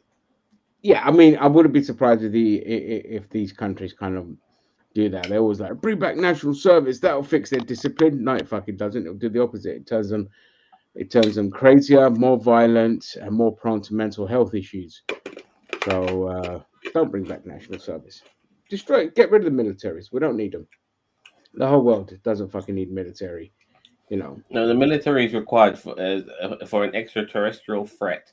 Other than that, fuck it. That's what we got nukes for. There isn't an alien on this universe that will survive a nuclear attack. Just nuke the fuckers as they come in. Yeah, I mean, by the time we make contact with aliens, yeah, systems of oppression will be fully automated anyway. So, yeah. Anyway, moving on. Speaking of war, and I predicted this, but anyone who knows history will predict this easily. So I'm not really tooting my own horn. It's just a standard act or reaction by America. The US wants to go to war with Mexico, and And Iran. I knew this the minute they elected a left-wing government, that America is gonna itch to bring freedom to Mexico. I saw this coming. Anyone who knows American history will see this coming. Every time there's a left-wing government elected in a country, the Americans suddenly need to intervene. Uh, this is what was happening in Africa. A lot of left-wing governments were becoming more and more popular, so the Americans have gone in, and now this is why you're seeing a lot of civil wars breaking out, especially in East Africa, because the Americans have gone in, just armed militias to derail left-wing governments and to derail the Belt and Road Initiative that China has been working with other countries. So, of course, the reason that the Americans are giving is because of fentanyl and they're coming over the border and all this kind of shit. First of all, the reason why the fentanyl thing is such an epidemic is because bunch of Americans got addicted to opioids, thanks to one of the worst family pharmaceutical companies on the planet. I forgot their name, but they did a whole fucking series on them. And because opioids are so expensive, they have to go for the cheaper, more crazy version of fentanyl. And of course, where there's a market, drug dealers are going to fucking go into that market and make a lot of money. Trump wanted to nuke cartels when he was in office. Yeah, which, And hurricanes. Yeah, and nuke hurricanes. But this time, when you have like sane people like the establishment talking about going to war with Mexico, it's because there's a left-wing government and they committed the heinous crime of nationalizing the lithium, which more South American countries are doing. There's a pact that they're working towards to nationalize lithium. Of course, corporations fucking hate this because they don't believe that the profits should be shared. And you've seen all these kind of stupid articles and the news kind of talking about it, saying, it's crazy that AMLO wants to nationalize lithium for the people. And it's like, you're not really making an argument against it. You're actually, what you're doing is you're more and more arguing for it because they get to share the profits. And if you have a problem with Mexicans going over the border, but here's the other issue as well. If you make life better for Mexicans and improve their way of life so they don't have to go over the border, that fucks America up. because then America can't exploit cheap labor. And they need cheap labor, because if you see what just happened in Florida with DeSantis, I'm glad you brought that up. yeah, and the kind of law he just implemented about anyone using illegal migrants can face up to $10,000 fine per migrant per day or whatever it is, and they have to register all their workers and all this kind of shit. So immediately the farms and the building industry has shut down because of it. It hasn't even come into law yet, and it's already shut down because people are like, no, fuck this, and they've left the state and they're going out working elsewhere. And it's a double-edged sword, because it's like, on the one hand, I'm not like, I wouldn't be against that kind of law being implemented because again, it's rife with exploitation. But on the second hand, when you don't have a system in place where you're training up your own people to kind of work in these industries, or paying them enough to work in these industries, you're left in the shit. And if you make the life better for Mexicans, America's economy will be well, I mean, it's in the shit anyway, but their industries will be in the shit, and they can't have that. So they need life to be hell for South Americans, because they need their cheap labor to exploit. So I hope AMLO just fucking absolutely transforms life for Mexico, so they don't need to bloody go work for the cartels or go into America and all of that. And for America, the knock-on effect is, I hope that they implement more, uh, just invest in youth, teaching them jobs, training, skills, and all that. Stop having this insane system where you have to funnel them into university to get them into massive debt and trap them. But there was a recent, actually, before I continue, I just want to read Ohio just sent state highway patrol to the Texas border today. That's ridiculous. You see, Nowhere near this is Texas. like right wing virtue signaling to say, look, what we're being hard on oppressing other human beings, aren't we? Great. What a fucking stupid pile of shit. But what was I saying before? Oh yeah, so so with Breaking Points, they did a segment on even though it's Saga and half the stuff he says, it just makes me want to bang my head against the wall because he's such an idiot. But he's talking about how less and less men in the United States are going to university, and they're going more and more into the trades industry instead, because they don't want to get saddled with debt. Of course, he was crying about more women going to university and the kind of upsetting the balance of the social statuses among men. Like, if you don't have university educated men, what does that do for their dating? All that. I'm like, mate, if they have job stability and they're working in an industry where they've got a great income, no debt, more freedom, it's actually going to change the game a lot better for them. And it won't be long until women start abandoning university too, because they're like, why the fuck am I going in there being 150,000 in debt when I could just go learn a new skill without going into university? And it's a huge. I They think can there's pay off like, their debt with an OnlyFans account just like that, mate. yeah, exactly, and they could, yeah. I mean, it's true, but again, that's why a lot of students do like OnlyFans and the kind of work in I that mean, kind there's of. nothing wrong in that. There Nothing was wrong with it, actually, It's a there was this system you medical create. worker. Yeah, there's nothing wrong with that. If that's how you have to earn your money to get your degree, become an influencer or all this kind of stuff, then you got to do what you got to do to survive in this shit world. And Well, there's this woman who works as a nurse in America. She did OnlyFans in her own time. She got outed, and she lost her job for doing OnlyFans. Like the sex industry is still so frowned upon that you could lose your job over something that is totally legal. By yeah, the way, and within your right to do it, but they think, oh, it's a stain on our thing. It's like, no, it isn't. Give it 3 weeks, and then the news will move on to something else, and that person give can it keep their three fucking minutes, job. dude. Or The three news is minutes. already Yeah. Well, no, the usual yeah. cycle for every scandal is 3 weeks. depending how big it is. For something like her, yeah, it's like a week, and then you move on to the next one. Not even a week, in my opinion. Not even a week. Yeah, okay. So yeah, but speaking of scandals and that, did you see Philip Schofield's interview with No, I'll Martin be honest. Bashir? I'm not. I know this has made a lot of news, but I've hardly been following it because all right, he's a nonce. He's a nonce. Like that's all that I need to know. Like Yeah, I mean, look, I'm not going yeah. to delve. I'm not going to go too deep into the Philip Scott, but what I just only wanted to highlight this because he's so cringe. He's such a narcissistic fucking sociopath. Was He it Prince fucking, Andrew huh? levels?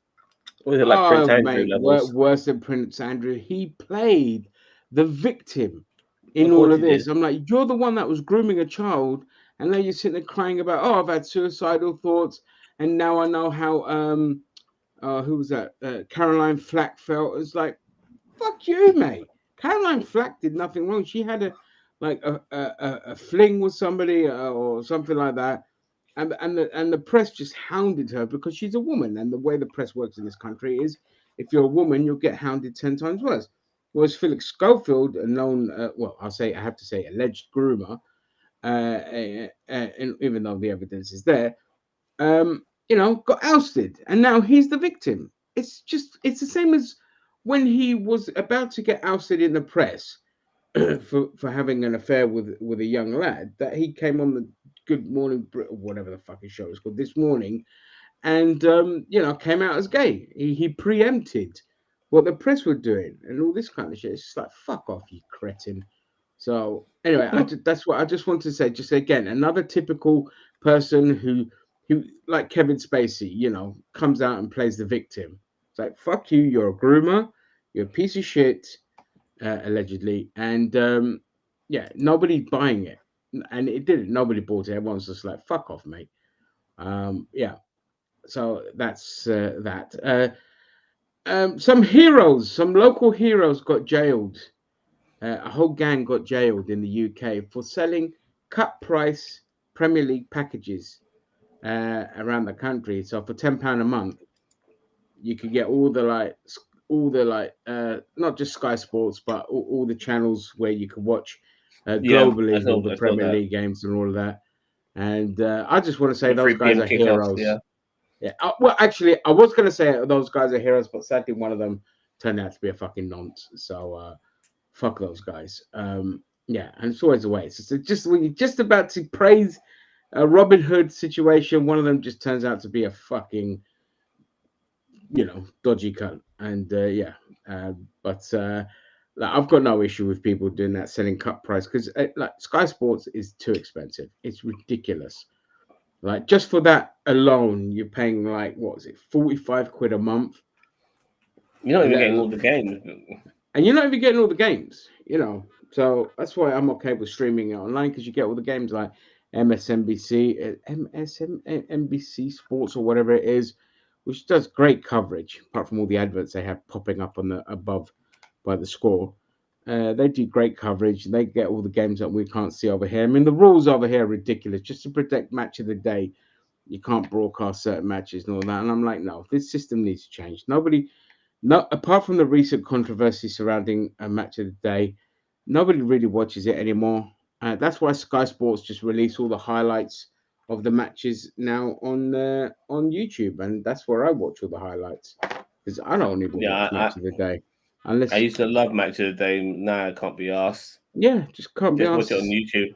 Yeah, like with sports in general, I just don't care about what other people have to say anymore, because the fan channels, I find, have better opinions than the professionals in a lot of cases, because it's more personal, and that rather than generic and towing the line and being a bit careful. All right, Pentagon releases at talks on UFOs. Yo, just as we're coming in on the on alien talk, Pentagon Yeah, releases aliens. talks Aliens. UFOs that the metallic orbs have been documented all across the globe. Uh, okay, great. Are they going to call them Chinese spy things, or are they actually going to be alien stuff? I'm going to get probed. God damn it! Probe me, daddy. That's what I want. Right. Let me just delete Oh, I this. forgot. It's Pride. It's Pride Month, so we gotta. Oh, now we can talk about Pride Month, by the way, Zam. I didn't want to derail from the film speak earlier. Well, look, the Be MLB, right the back. Major League Baseball, day one of Pride Month, they had a picture, their famous picture of the baseball bat guy, and you've got the colors of the LGBTQ as well as the trans colors. Today's the 2nd of June, and they're back to their regular color. And Already, just after one day. after one day, Wow. and then you got all It's these Pride Day now, not Pride Month. you got all these accounts on Twitter going, "Yeah, we're winning," and I hate to say it, I almost feel that they are, and and I'm very torn on this at the same time because in a way like if Major League Baseball don't want to do it, then they don't have to do it. But why do it in the first place? And maybe in the end they realize they're not going to stand up for gay people anyway, which is why they removed it. So that's also a good thing in a way because you don't want people who pretend to be on your side but won't stand by you. But then again, you want people to be on your side. So there's so many ways of looking at this. After what happened with Target and all of that. Yeah, the thing is that So these companies are allowing the right to win, and they're not pushing back against the aggression. And this is just going to open the floodgates to oppress gay people now. And this comes back to what we were saying. Like, and this is what I keep saying to liberals, that the trans argument is just a door to test the waters to see how far they can go with the go full on homophobic and try to bring in suppressive laws against gay people. And people are like, no, it's about woman and feminism and all this kind of shit. I'm like, that the tone has already shifted now. So not just trans people, now they're openly attacking gay people. And we fucking warned you about this. The only good news is this the things about trans and the things about gay people, despite what you see on social media with people going crazy and all this kind of shit, as a political issue, it's a dead end for the Republican Party. They will, and it's just not popular among voters.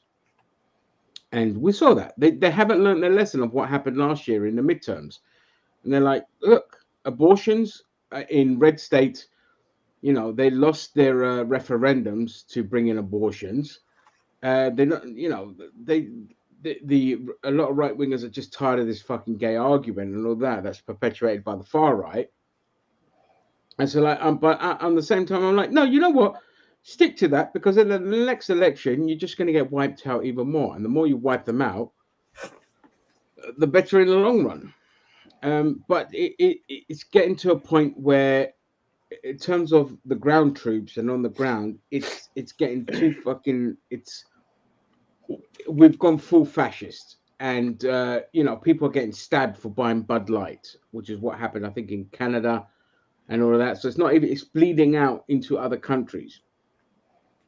And well, Canadians will fight over beer. I mean, that's a national crime right there. Yeah, I mean, buying fucking, an American beer in Canada should be a crime anyway. But people getting stabbed for buying fucking Bud Light, people getting attacked just for being trans out in the streets and all this kind of shit. It's just there needs to be more pushback from the media, and there needs to be more pushback from the Democrats. They're just being absolute pussies and here. and the corporations as well because they're very happy to make a buck. Yeah, there should be pushback on selling Pride stuff, but once people complain about this stuff, they just stay silent. And if they're willing to make a buck off the gays, then they need to fucking back the gays as well. And they're not doing that at all. So it pisses me off. Yeah, it really can't does. Can't even show a PG Disney movie about a science experiment to kids without them screaming gay indoctrination. Yeah, of course. Yeah, I was at totally. I was at Walmart a little bit ago, and yeah, there was a whole Pride like islands let thing, like those things.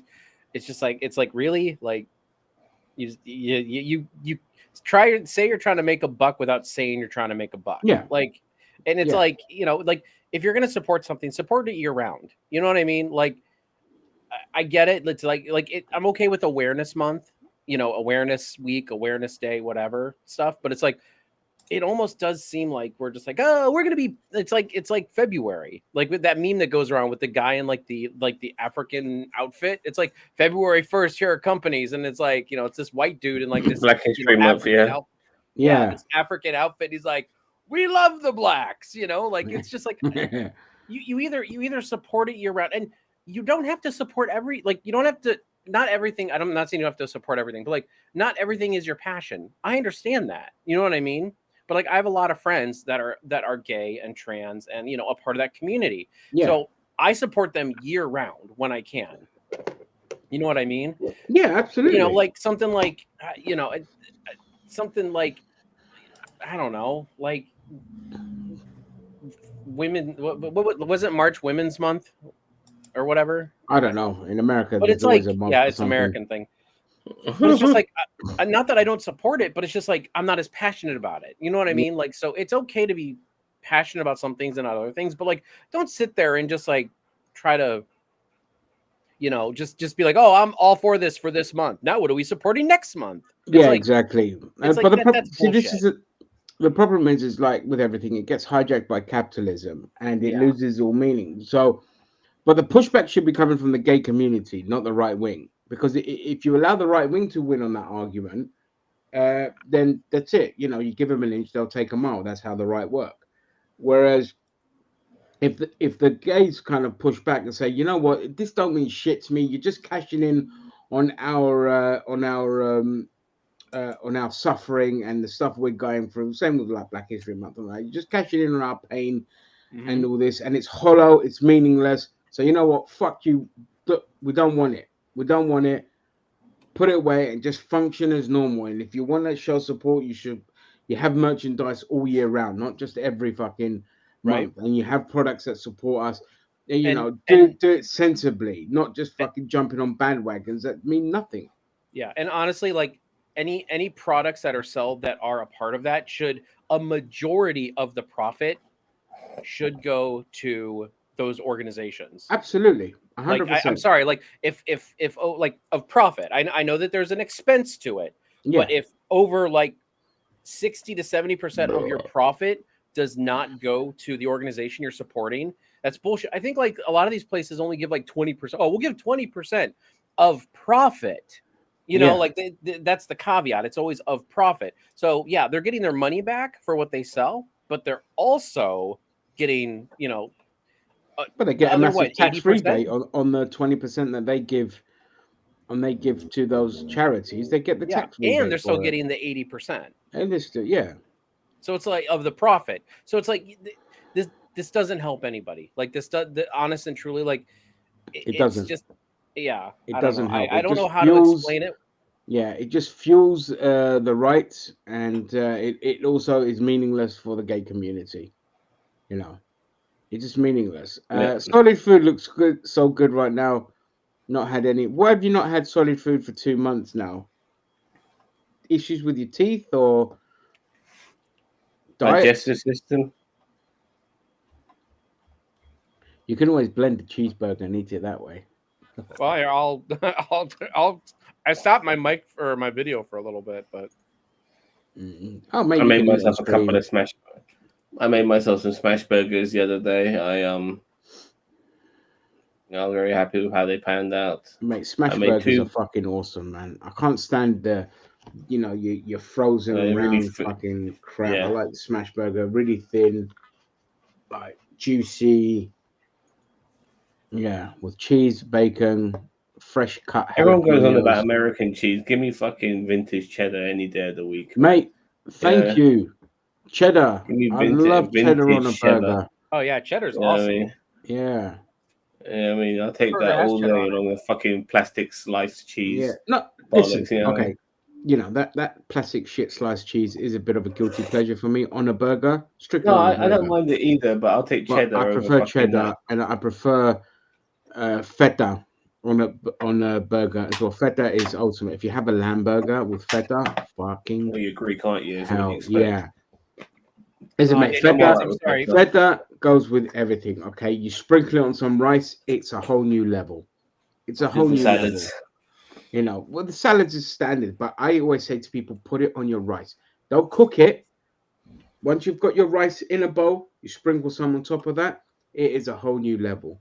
It's like what Parmesan is to pasta, feta is to rice.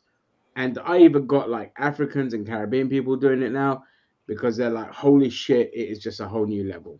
And it really is because it's just the texture plus the saltiness and just the flavor in general is just, yeah, baby. Nausea and pain, daily vomiting, kidneys and pancreas are teaming up to kill me faster. God damn, Vance, that's horrible. That sucks to hear that, mate. I'm shocked to hear that. Fucking horrible. What are you suffering from? Kidney failures and all this? You're on dialysis. You know, fucking hell, mate. Vance, oh god, man. I mean, I've never heard the guy.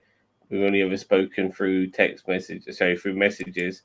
But hearing this from a guy who we've been speaking to now for a couple of years continuously, it breaks my fucking heart to know this. You know what I mean?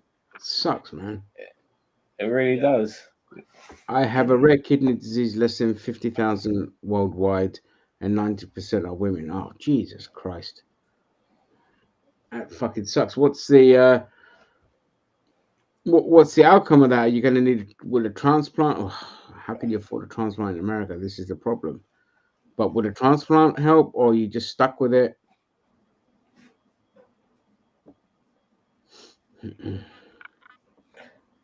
Fucking horrible. Oh, I just want to quickly mention regarding somebody who was in our group who passed away not too long ago. Oh, His yeah. name was Steve Atwell. Yeah, I didn't know him, but yeah, again, that's just sad to hear. Yeah, it is always sad when somebody you've known for a while. I mean, I messaged him not too long ago saying you want to join our Melon group and stuff like that. I think only a week or two ago, maybe a week before I heard about the news of his death. Yeah, it was only about a week ago. Yeah, it sucks because I mean he joined us for a bunch of things. So I mean we all, I mean especially me and Zam, because he would join us for Star Trek stuff, some reviews. Yeah, Korath. Daniel Vance is also familiar with him. But yeah, he was a great guy. Like like he was fun. He was, just he was full of living life to its fullest. Well, and while he could, and it just sucks. And I knew that I had talked to him a couple months back, and he had been talking about his failing health and some other things. And although he didn't expect to go anytime soon, it was, so it was. Oh, yeah. We spoke on a handful of occasions these last few months because he had plans of coming to London. He wanted to come to England and he wanted to meet me. And so I thought, okay, I'll take it. I mean, I'm thinking to myself, okay, let's just take him to the museums. They're free to go into. Yeah, I mean, you can't go wrong with that. National History Museum, I'm sure he'll like that. Science Museum, I know he'll like that. So I'll take him to those sort of places and stuff like that. Give him a fucking buy him a Sunday lunch. You know what I mean? Those are sort of things. Riemann was given his Klingon sachet. I can only imagine he's going through a lot now. Vance, if you are watching and listening, Vance Major, that is, he said that he wanted to get a tattoo of the House of Korath. I mean, if you want to, fair enough. I mean, personally, I think maybe your tattoos are permanent, dude, so you might regret it. I mean, if you've got plenty of tattoos already, then fair enough. But if this is going to be your first, I don't know. Maybe you should think. Yeah, I mean, well, but you know how hard Vance loves. You know what I mean? Like if he can love a son of a bitches like me and you, Zam. I mean, that's a lot of love. And as a friend of his, I'm just thinking maybe you should think twice about it. You know what I mean? No, I know, but I'm just saying, you know how he is. I mean, he loves hard. Like so. This little thing here. This tiny, I got this proper tattoo. This is my proper tattoo, which fair enough. But this little thing here, I got done drunk once in Camden Town about maybe 16 years ago. just for a laugh, and I fucking regret it. What You know is what I it? mean? I don't. It's just nothing. It's just like we used to do for like, well, let's go in there. You know, we're in there just for a joke. You know, what I mean, we're all It's fucking a pissed out of our it's faces. it's a clitoris, You know what I is mean? what it is. If you look really closely, you can find it in there. Oh, man, you go to Thailand and every cunt getting a tattoo is drunk. It's always at like If I go to midnight. Thailand, I'm banging trannies 24/7. If I go to fucking Thailand, because they're so fucking hot. You should You know go, what I mate. mean? And You have the time of your I life. would, I would fucking go if but I just can't afford it. Yeah. You know what I mean? It's going to Thailand itself is very expensive. And plus, if I did go, I would like to go with some people. And it's really funny. Like my circle of friends are just not the same as it once was. Everyone who I was really close with are now on Facebook, and they've all got fucking a wife and 2 kids, apart from myself and Ray. You know, everyone's fucking married up now and shit Married, like settled that. down. The days of the Yeah, partying is over. Yeah, I know the feeling. yeah. Yeah, It's screw all that changed nonsense. now. I just uprooted my whole thing. I was like, you know what, screw it. I need to be there for Zam. So I was like, honey, we're getting a divorce. Hey, that's Well, it. You look, see? my brother, a couple of years ago, he did go with some of his childhood friends to Las Vegas, but he hasn't been on a boys like night out like he did 2 years ago for like maybe almost 20 years, because back then him and all his mates were all getting married, having kids, and so they had to spend the first 20 years of their life making sure that their kids become young adults. And the moment they're like 18, 19, 20, they don't give a fuck about you anymore other than what money you can give them now, and they get them bailing them out of trouble. He was finally able to do a trip to Las Vegas with his mates again because his kids have grown up. So yeah, but yeah, you Yeah, had to but it wait should. 20. I You mean, had to wait 20 years for that. yeah, You had stuff to like wait that 20 years. shouldn't stop you. I mean, it should only go on hold for like 5 or 6 years. The first 5, 6 years that you're having your kids, because like with my lot, is we still did a couple of lads' holidays after they all had kids. You know, once the kids were old enough. But see, the good thing with them is that they did the thing of like, you know, at one point the wives go away and do their thing, and the other point the husbands go away and do their thing. And it shouldn't grind. You're never going to do it to the level that you once did. I mean that's a given. But that's the problem. What I get annoyed with some people is they put everything on hold once they have kids. It's like it doesn't have to be like that. You know, you can have a bit of a life unless you're stretched financially, in which case I totally agree, and that's the worst kind of peer pressure you can put on somebody. But with my lot, we were still going strong up until about, I think, up until my 30th. Then after that, everything just kind of started winding down. We got older. They and they're all 4 years older than me because it's like my brother's mates from his school, and they're all 4 years older than me. So you know they kind of stopped going out less and less. I was just hitting my peak in my 30s and all of that. But I just met new younger. I was just hanging out with younger people, and so that kind of worked for me. But now that they're older, they're like hitting nearly 50. They're starting to go out more and more because again, the kids are just they don't need looking after. Yeah. You know, my brother's the one with the youngest kids. My brother, my friend, and one of our other friends. So they're the ones with the younger kids, but it doesn't stop them. Like my brother doesn't care. He'll just be like, "Yeah, let's go out." You know. Well, look, I mean, since I became a cab driver, which is going on 10 years now, I'm hardly able to drink anymore because my life revolves around me driving. And sometimes I work 6, 7 days a week. So fitting alcohol in my life is near impossible. Yeah. But there was one major occasion where I got absolutely smashed. And one of my friends who lives 2 houses away from me, and I've known him since he was born, but I went to the hospital the day he was fucking born. So I've known him from the beginning of his life. He's getting married in the following week. He's having his stag night at his house, and it just so happened. What a It shit just so stag happened. night.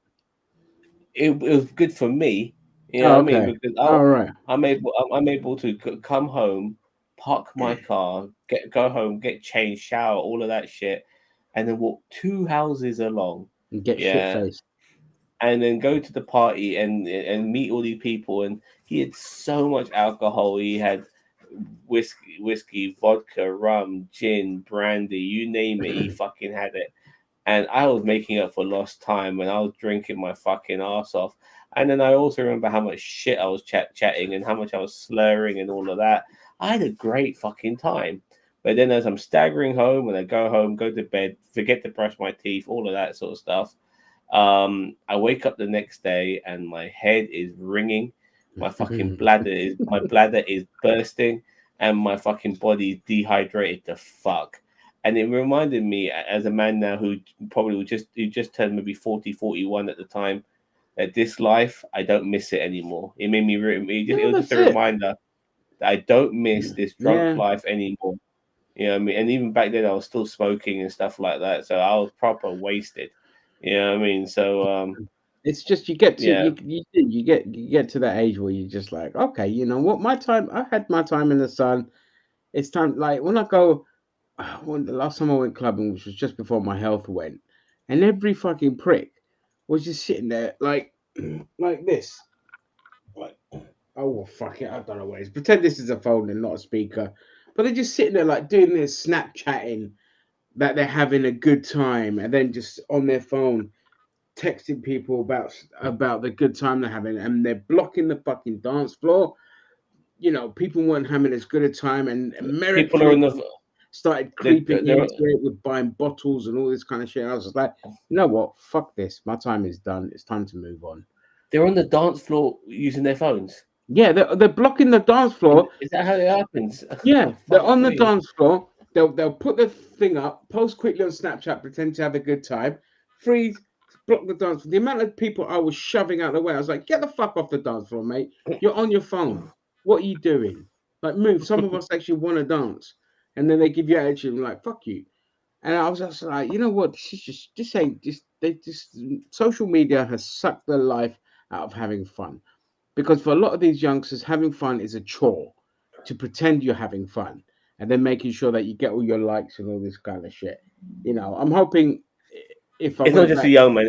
I've been affected by it too. Like I have to take pictures of shit I'm doing now. You know, I do it. I'll be honest with you. I'm a victim of it myself. Hey, look, I'm at Taco Bell. I need you guys to know that I'm at Taco Bell. You know what I mean? Yeah, look, I bought myself a kebab. You know, you have to see my fucking kebab. Before you guys move on to that, I wanted to bring up, because it was a perfect placement, but you're talking about stag parties, and then you're talking, and it's Pride Month. I planned I was the dude of honor in one of my friends' weddings. So he is absolutely the girl. Like, I always tell him that. I'm like, dude, you're the woman. It's okay. I'll be the dude of honor. He's like, oh, you're the best man. I'm like, no, I'm the dude of honor. It's okay. We had such a freaking blast at his. I mean, I hired the stripper, male, by the way. I hired I set up all the venues. I live in the Ohio area, so we went up to Cleveland and we hit the bars up there. Like, we had a blast night. The dude was like done at 11:30 at McDonald's at night. Fuck's sake. And like, no, but we still went out. We still did it. He got some food in him. He sobered up a little bit, and then we went back out. And man, we didn't get home until like 4 a.m. I think. Yeah, that's how it should be done.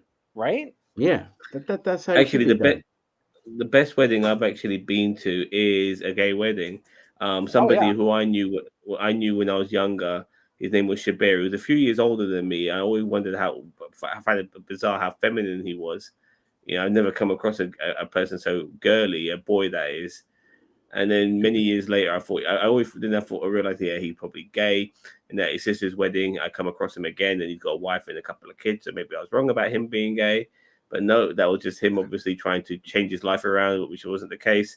And then finally, until he reached his fucking 50s, did he finally accept who he was. Because by that time, everyone who would have given a damn and who would have had an issue that this Muslim man is gay is either too old or dead. Yeah. You know what I mean? And then he's 52 years old. I'm at his wedding now, and his wedding is absolutely fucking awesome. His sister, who's a very wealthy lady, had the wedding in her garden. It was beautiful, very picturesque, having a wedding in the garden and all of that. It was great. So many things going on there and stuff. One of the best weddings, probably the best wedding I've ever been to, and I've been to a lot of weddings. That was the best one. Without that, it was so different. Well, I I suppose loved for it. you, a lot of the weddings that you'd have gone to are all the fucking same. It's like me and Greek weddings, they're all the fucking same. So like, Yeah, having a the- hall and stuff like that, yeah, and yeah, yeah, all everyone's that. It's sitting just on the like, all fucking right, one, designated tables. yeah, one bleeds into the other. And then, but when my other friends kind of got married, the ones who aren't Greek and all of that, like, I mean, yeah, they're just fucking weddings. I find them boring anyway, and all that. But It's all about the they're food, though, fun. We've isn't had fun in there, it? but they're just fucking boring. But with the gay weddings that I've been to, yeah, they're just different level. They're just different level. They just have fun with it because they don't want the traditional crap. So they're just like, you know what? Let's just go nuts. And yeah, although it Like wasn't one Michael of my, Keaton. Want to uh, get nuts? Let's get yeah, nuts. let's get nuts. And Well, no, so that's why.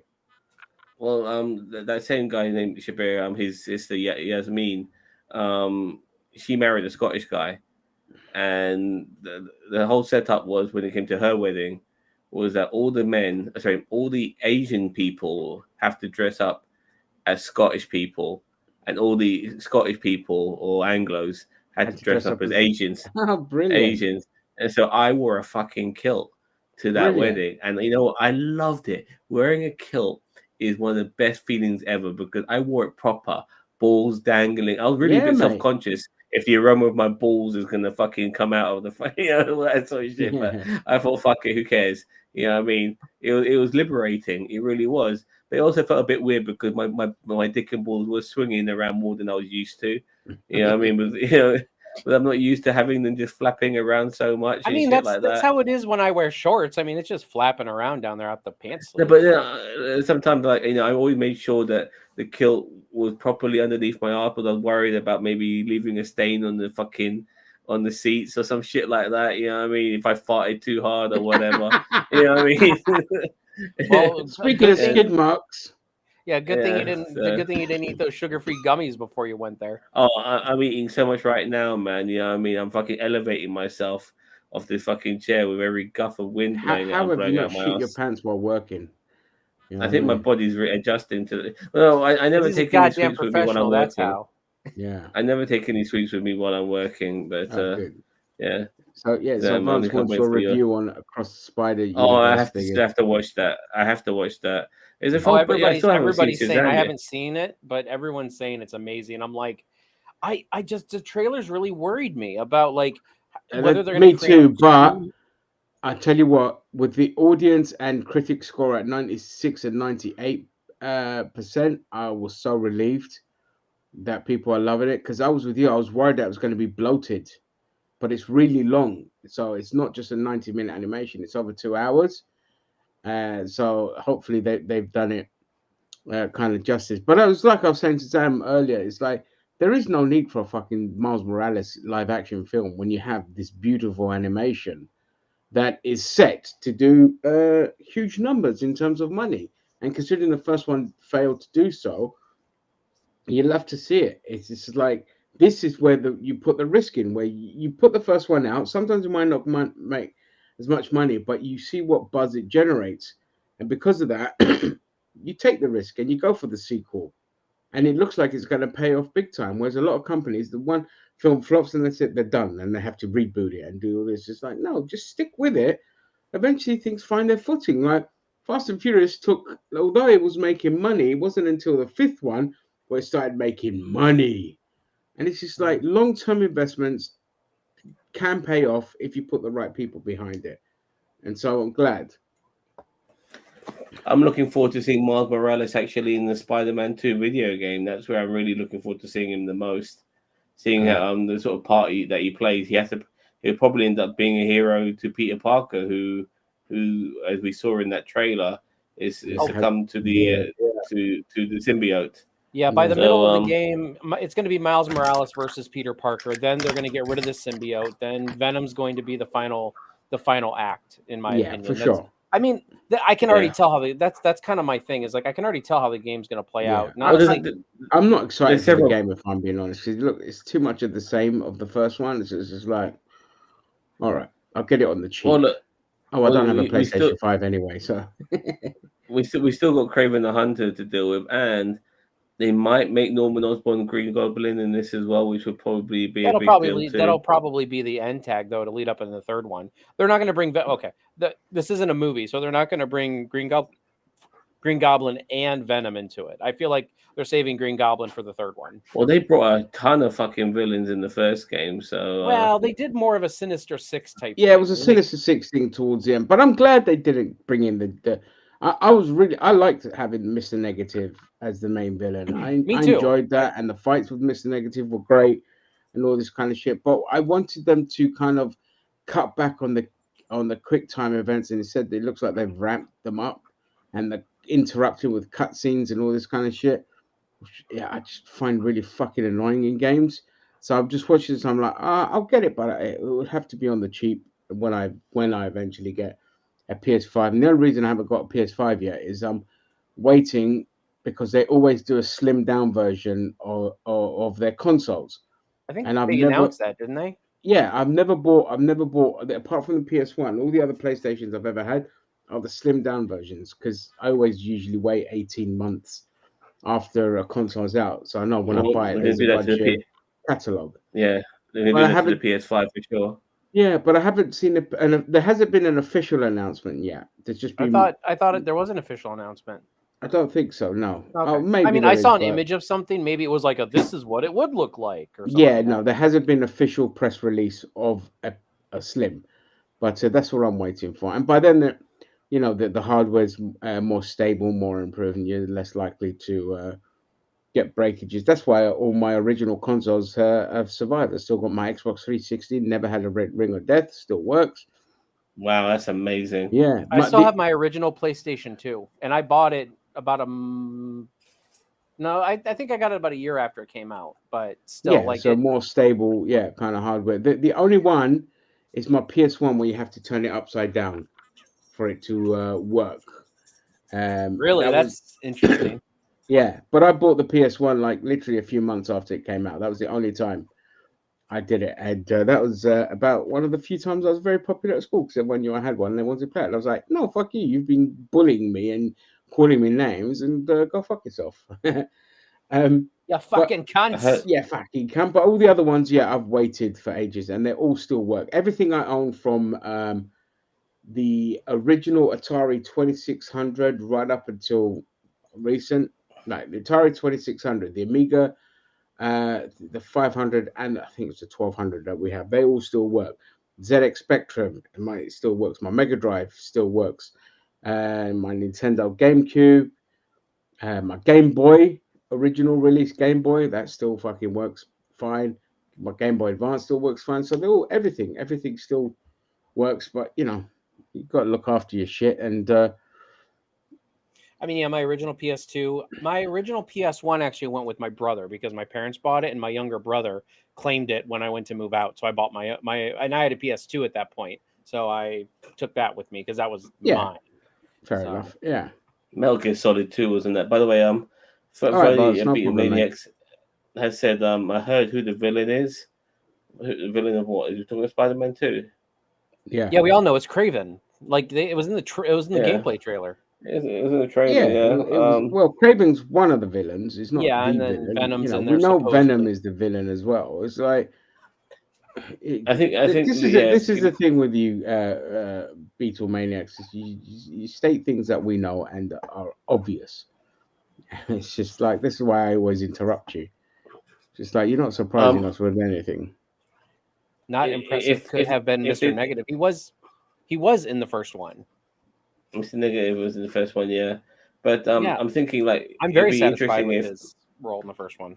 If they don't do the Eddie Brock treatment regarding Venom and they put it on Harry Osborn, and if Harry Osborn dies in the second game as Venom, they might put it on Kraven because that was a Spider-Man story. So that the symbiote could end up. What? Do you remember symbiote that? on Kraven? I've never heard of that. That'd be good, actually. That'd be really good. And then, like at the end, it's like it was revealed when like the symbiote was removed, like Kraven was already dead inside. Because it'd be with him. Yeah, Google it, check it. I believe you. I just have never heard of that before. Yeah. But if Harry ends up being Venom and he dies, maybe that turns Norman mad, which will make him the Green Goblin. I'll be, and then you can be the Green Goblin in the third game as the main antagonist, so they can set that up. But it doesn't look, unfortunately. I mean, you said it's a co-op game. I'm not so sure personally. It's not. I don't think it is a co-op game from what I've been reading. I've been hearing from It is a certain co-op YouTubers. You sure? Yeah. Certain people are saying it isn't. No, I heard they're going to make it into a co-op where you could jump in and out of missions. So this was on a So- different. So this wasn't a part of the It's a- main. This part So wasn't it's a part of the co-op main game. plot. It wasn't part of the It's a main. co-op. It's not. It's a co-op game out of the story mode. Yeah, something like that. Hang on, let me double check. So but I'm okay, pretty sure. so this is kind of like a what if alternate reality thing.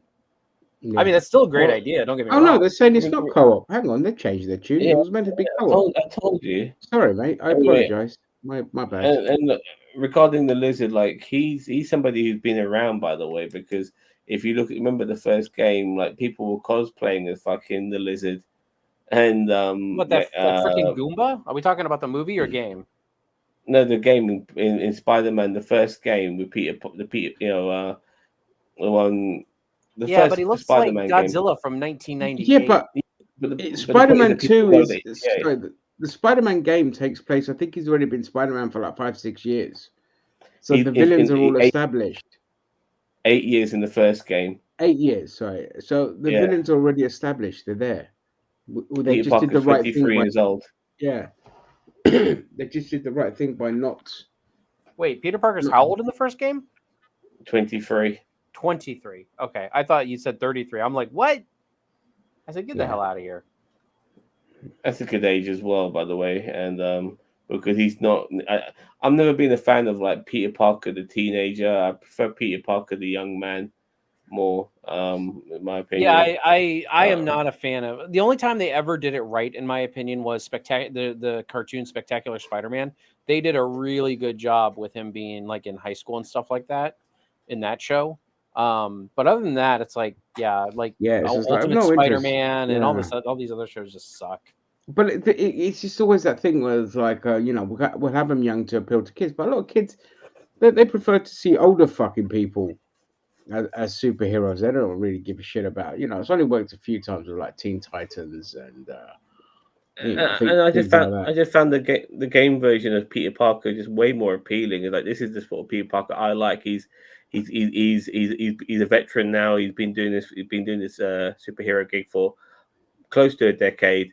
He just seemed way more mature and seasoned, and it just felt a lot better than some stupid brainless. Yeah, I The agree. fact Like, that that Morales version of is Spider-Man that kid. was great. Oh boy, here we I go. prefer Funeral Marvel Friend Rose, 45 and Boss Man are about to have it in the. Oh, that's have all it in right. the- Funeral for a Friend thinks he has It's a- like, Funeral Friend 45 Well- is my favorite YouTuber of all time. yeah, absolutely. Yeah, I mean, yeah, I love Funeral Friend 45. He's the best. Yeah. I have Every no time he rights. pops Can in- you see? Guys, I'm, you think I'm they a have bottom. no rights? We don't have any rights. You think just because you call somebody a cunt, that's all right? Told you before, challenge all the right. establishment and see what happens, mate. You can like violate me right now, Funeral Friend 45. Yeah, there you go. You see, There's he's no opening his right. gaping hole. It's Pride Month. He wants Yeah, you to it's enter right, yeah, him. exactly. It's just Yeah, pop in, just like what's his face from, what's his face from The Boys, but go in my backside this time. Shrinking guy. Yeah, the Atom or whatever his name was. Yeah, I forget what it was called. I thought Yeah. Boss Man was joining you guys. He's like, oh, I'm gonna be there as soon as my D&D match is done. Yeah, that's all right. We're coming to the end of the stream now, anyway. So Done. I was about to say Dungeons that's and why I Drag don't Queens. say anything. I'm like I'll be there when I'm there.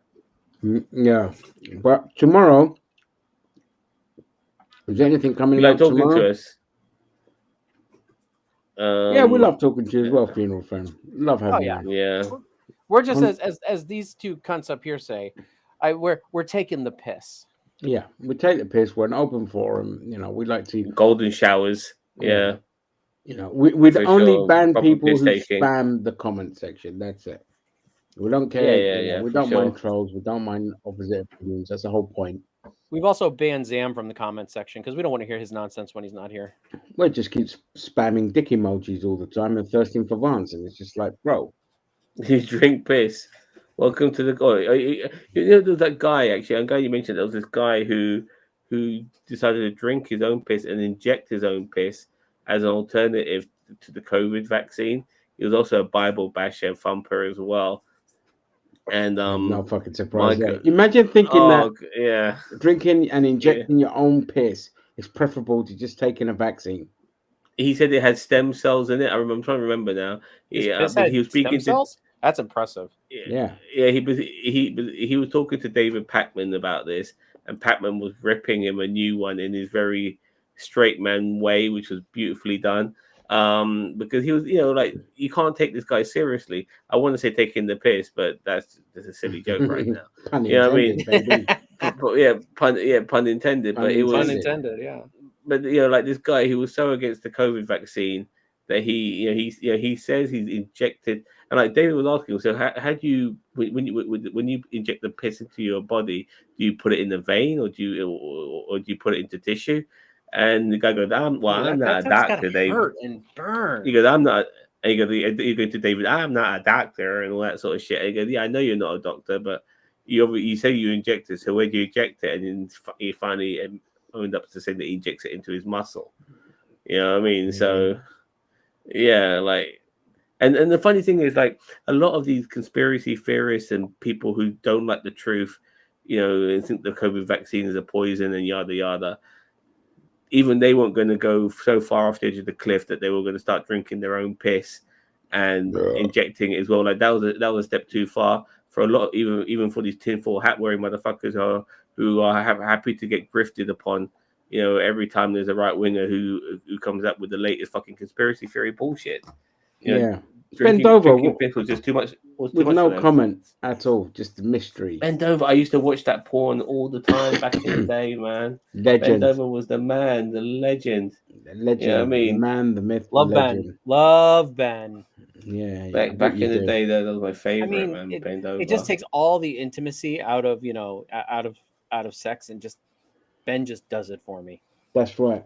He doesn't beat around the bush. He eats the bush. The adult channel, I'd always watch it as a kid. Watch the adult channel, and like 10, it would be like first 10 minutes is free, and after that, the adult channel begins and it gets encrypted. And you're always hoping this is the time where they fuck up and it doesn't get encrypted. Yeah, sometimes they fuck up and not encrypt it. You might get 5 minutes worth. You know what I mean? Yeah, but by the end of it, like with the old, remember the old cable London boxes, and by the end of it, they were so easy to chip. So we'd chip it and just get everything for free. I'll go onto the German channels and stuff like that. Watch all that shit as well. And then on satellite, you could just go to the regular German channels and they had all the porn. Ich liebe dich. I bet you do, sweetheart. I like people who bend over. You damn right, don't we all? And there was a show. I don't know if it was on Italian TV, but it's called Tutti Frutti. Tutti Frutti, yeah. God! And these girls will be getting it. The girls will be getting their tits Radio Uno, I think the name of the channel was. And they go Tutti Frutti, and they go fucking tits. That was the best show ever, man. And it's done in front of a live studio audience. They go, yeah, yeah, tits, yay. God. The early days of satellite, like the late 80s, early 90s, just you'd get the best shit from all over the world. Especially from Europe, because everything was just tits. It's like, here's a pair of tits, yay! Meanwhile, in America, they get accosted for saying "damn." Just like, oh, for fuck's sake. But I used to love those early days of satellite. Yeah, what was that show we used to get with John Paul Gaultier? The Eurotrash. Yeah, I used to love something to wank over now and again if you got lucky. You know what I mean? Well, don't you remember? Do you not remember live TV on cable, where it had like after 11, it would just get like all the kind of page 3 models to like. All that Babe Station and all that shit, man. Not Babe Station. There was a channel. It was Channel 5 on the cable box, but it was called Live TV, and it was absolute garbage. But there was two things that came out of it that proved that were very popular. So lie detector, which then spilled into like your Jeremy Carls and your Maury Poviches and all of that. It was first became popular on that channel, and it was just literally about any spat people had. They'd take a lie detector test and all this. Fights would break out, and it didn't even have a studio audience. It was just in a small little like room, and they'd do the lie detector, and then all the kind of softcore porn that they had it in the evenings. And then on their final day, I remember they were like, the channel's shutting down because obviously it was too expensive to run. Nobody was watching it, and so all the birds were just getting fucking completely naked because they weren't allowed to show full frontal. But on their last day, they just did it anyway because they're not going to get in trouble for it. They're shutting down already. But I love the that 90s TV was superb for like late night TV. There was a show which was basically softcore porn. It was trying to class in itself. It was called the Red Shoe Diaries. Yeah, Red Shoe Diaries. Yeah, oh well, that was. God. I think that was in America. David that was on Cinemax or whatever. David Duchovny and stuff like that, trying to add a bit of class to it. This is before he became Fox Mulder. Yeah, before X Files. I mean, before X Files and stuff. That's like what cracks me up. So when X Files first, when X Files first came up, I was just like, oh, that's a Red Shoe Diaries guy. Yeah, exactly. Yeah. Yeah. Rather than that's the X-Files guy. More like that's a Red Shoe Diaries guy. He'd be doing a narration, be walking along the beach, he'd read some story, and then boom, then we get like some intimate scene where you're hoping this girl will get a top up pretty quick. Yeah, I mean, and it was those were the days. And now it's funny in a way because now we've got porn on tap now. I mean, you can watch it. Now it's online. The TV doesn't need to go down that route anymore. As soon as the internet came along, porn on TV just. I still watch Skinemax every now and then just to nostalgia. Just for the nostalgia. A long time ago. Does that channel even exist anymore? I have no idea. A mate of mine called Sean and I, we were in Soho and we walked into one of these sex shops. And it was, we were quite young, and just walking in there, so it was a bit exciting for us. And we found it a little bit amusing. We found certain things a little bit amusing, but the sex guys were hilarious in there. Well, but the thing is, though, the guy who worked in that shop, who owned the shop, did not like us finding stuff so amusing. He got vexed with us. Oh, really? I mean, he was vexed. And we felt his vibe, but we couldn't help. But at the same time, it almost made us laugh even more. You know what I mean? Because we're not supposed to laugh at things now, and now we'll fight. Now he wouldn't just let us be. Like he almost got in.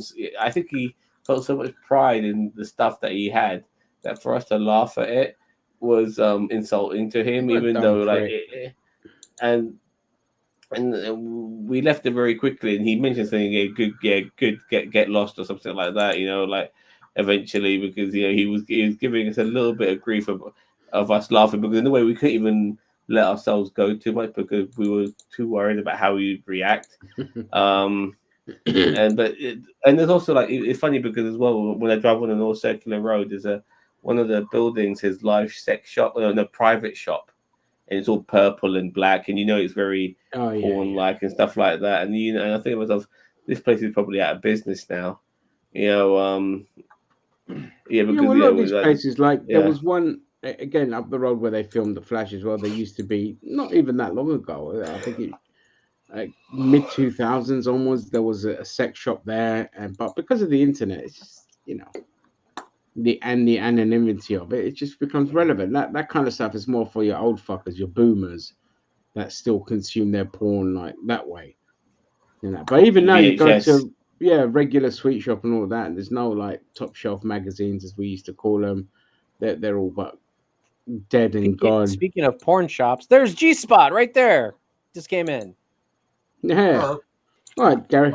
Anything you want to talk about right at the end of the stream? So I'll just play some DD. No, I don't know. I think you guys covered anything. I'm trying to think of anything that I've been catching up with. I mean, if you guys don't mind, eventually after after Bossman. I wouldn't mind going back and talk. I was in and out during the MCU talks, but I didn't Oh, know. we could go back and talk about that. Yeah, go for it. I don't mind going back to that world.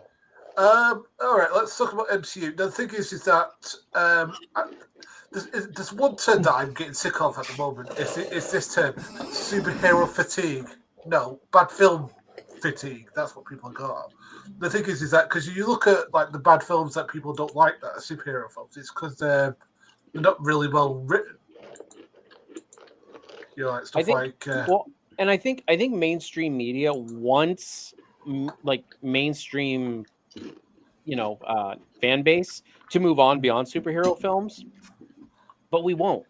Like not anytime soon, because you're right. It's not superhero movie fatigue. It's you're right. Bad movie fatigue. Like we want our movies to be good. It's not that we don't want more superhero movies. We want good superhero movies. We want superhero movies that are elevating the bar. And yes, that hard after Endgame, yeah, but you did it to yourself, Marvel. So Well, they just kept insisting on going down this fucking stupid comedy route and not taking everything seriously, and they just dumbed down drastically.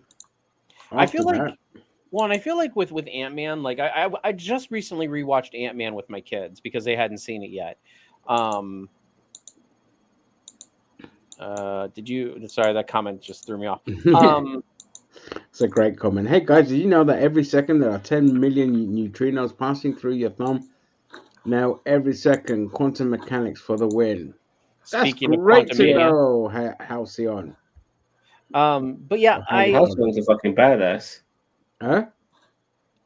Halcyon's a fucking badass. This is Haley comment like that.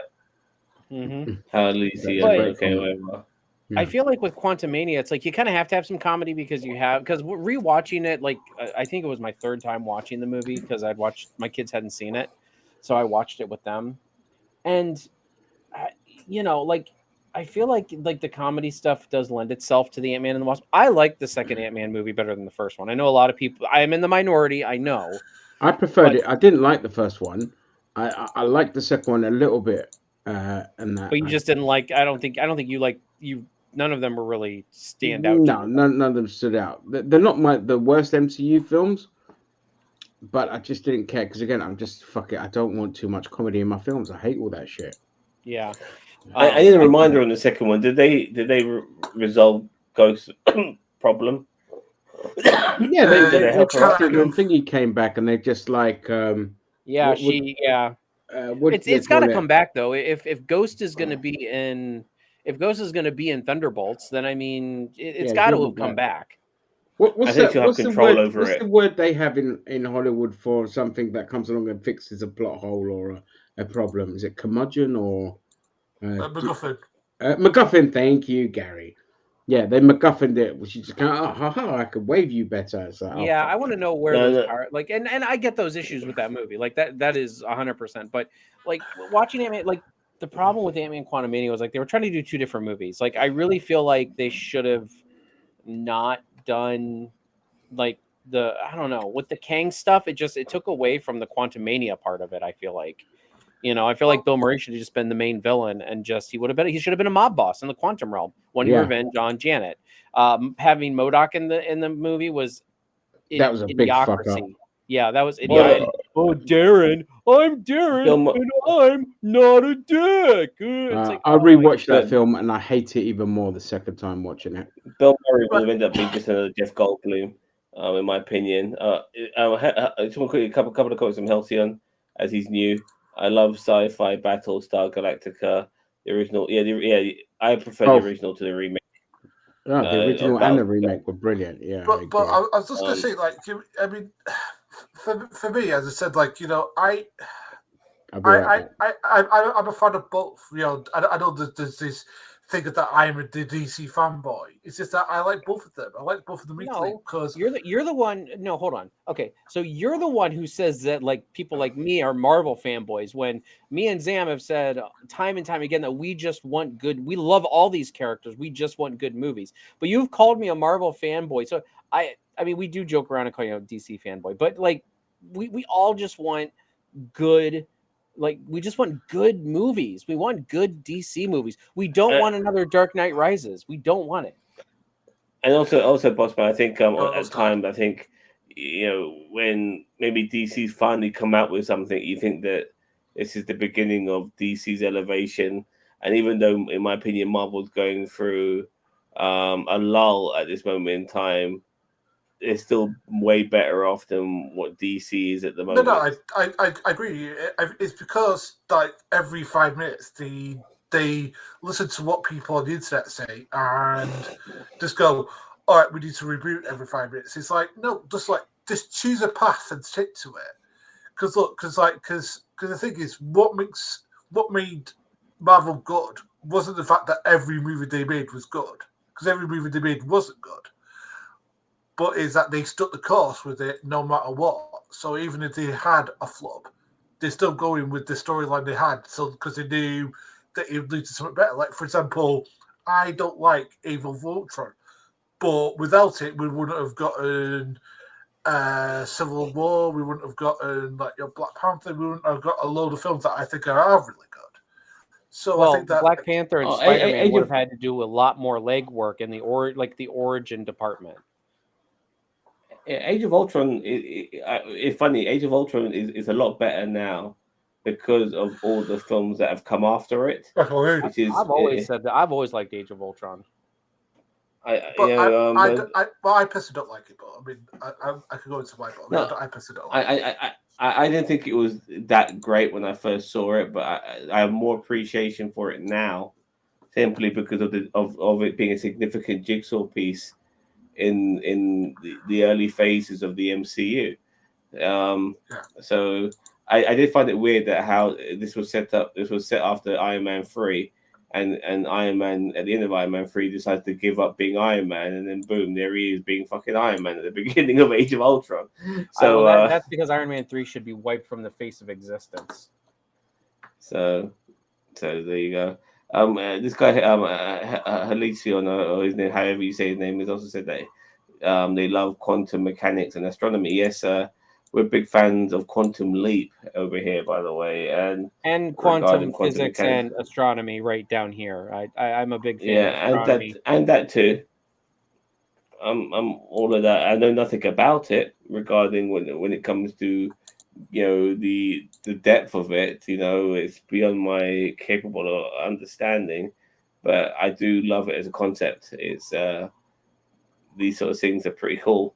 And I love how in Star Trek, basic level education is to be a fucking quantum scientist, so to speak. I mean, everyone out there is rocket science level education. At the beginning of your career as being a Starfleet officer. It's crazy. So what were you guys talking about with Secret Invasion earlier? I kind of was in and out of that. It's coming out in 3 weeks, but I'm just whatever. I mean, I'm a bit burnt out on superhero stuff. I'll be honest with you. So, but I mean, it could be good because the thing is in the comic books, the Secret Invasion storyline is a really good one because you don't know who you can trust. It's kind of very Invasion of the Body Snatchers-esque. So if they really lean into that sort of aspect of it, it could be really good. But I just got a feeling it could be a bit by the numbers. That's my problem. Okay, we're a comment for you, Ginger. A fundamental of physics: anything that can happen will happen if that is an infinite. Ergo, if time is infinite. If time is infinite, sorry. Infinite. The stream will happen infinitely. You will happen infinitely. So death is just a constant for the now. Sorry to be English not your first language. I can see with the spelling, but it doesn't matter. It's beautiful. We love it.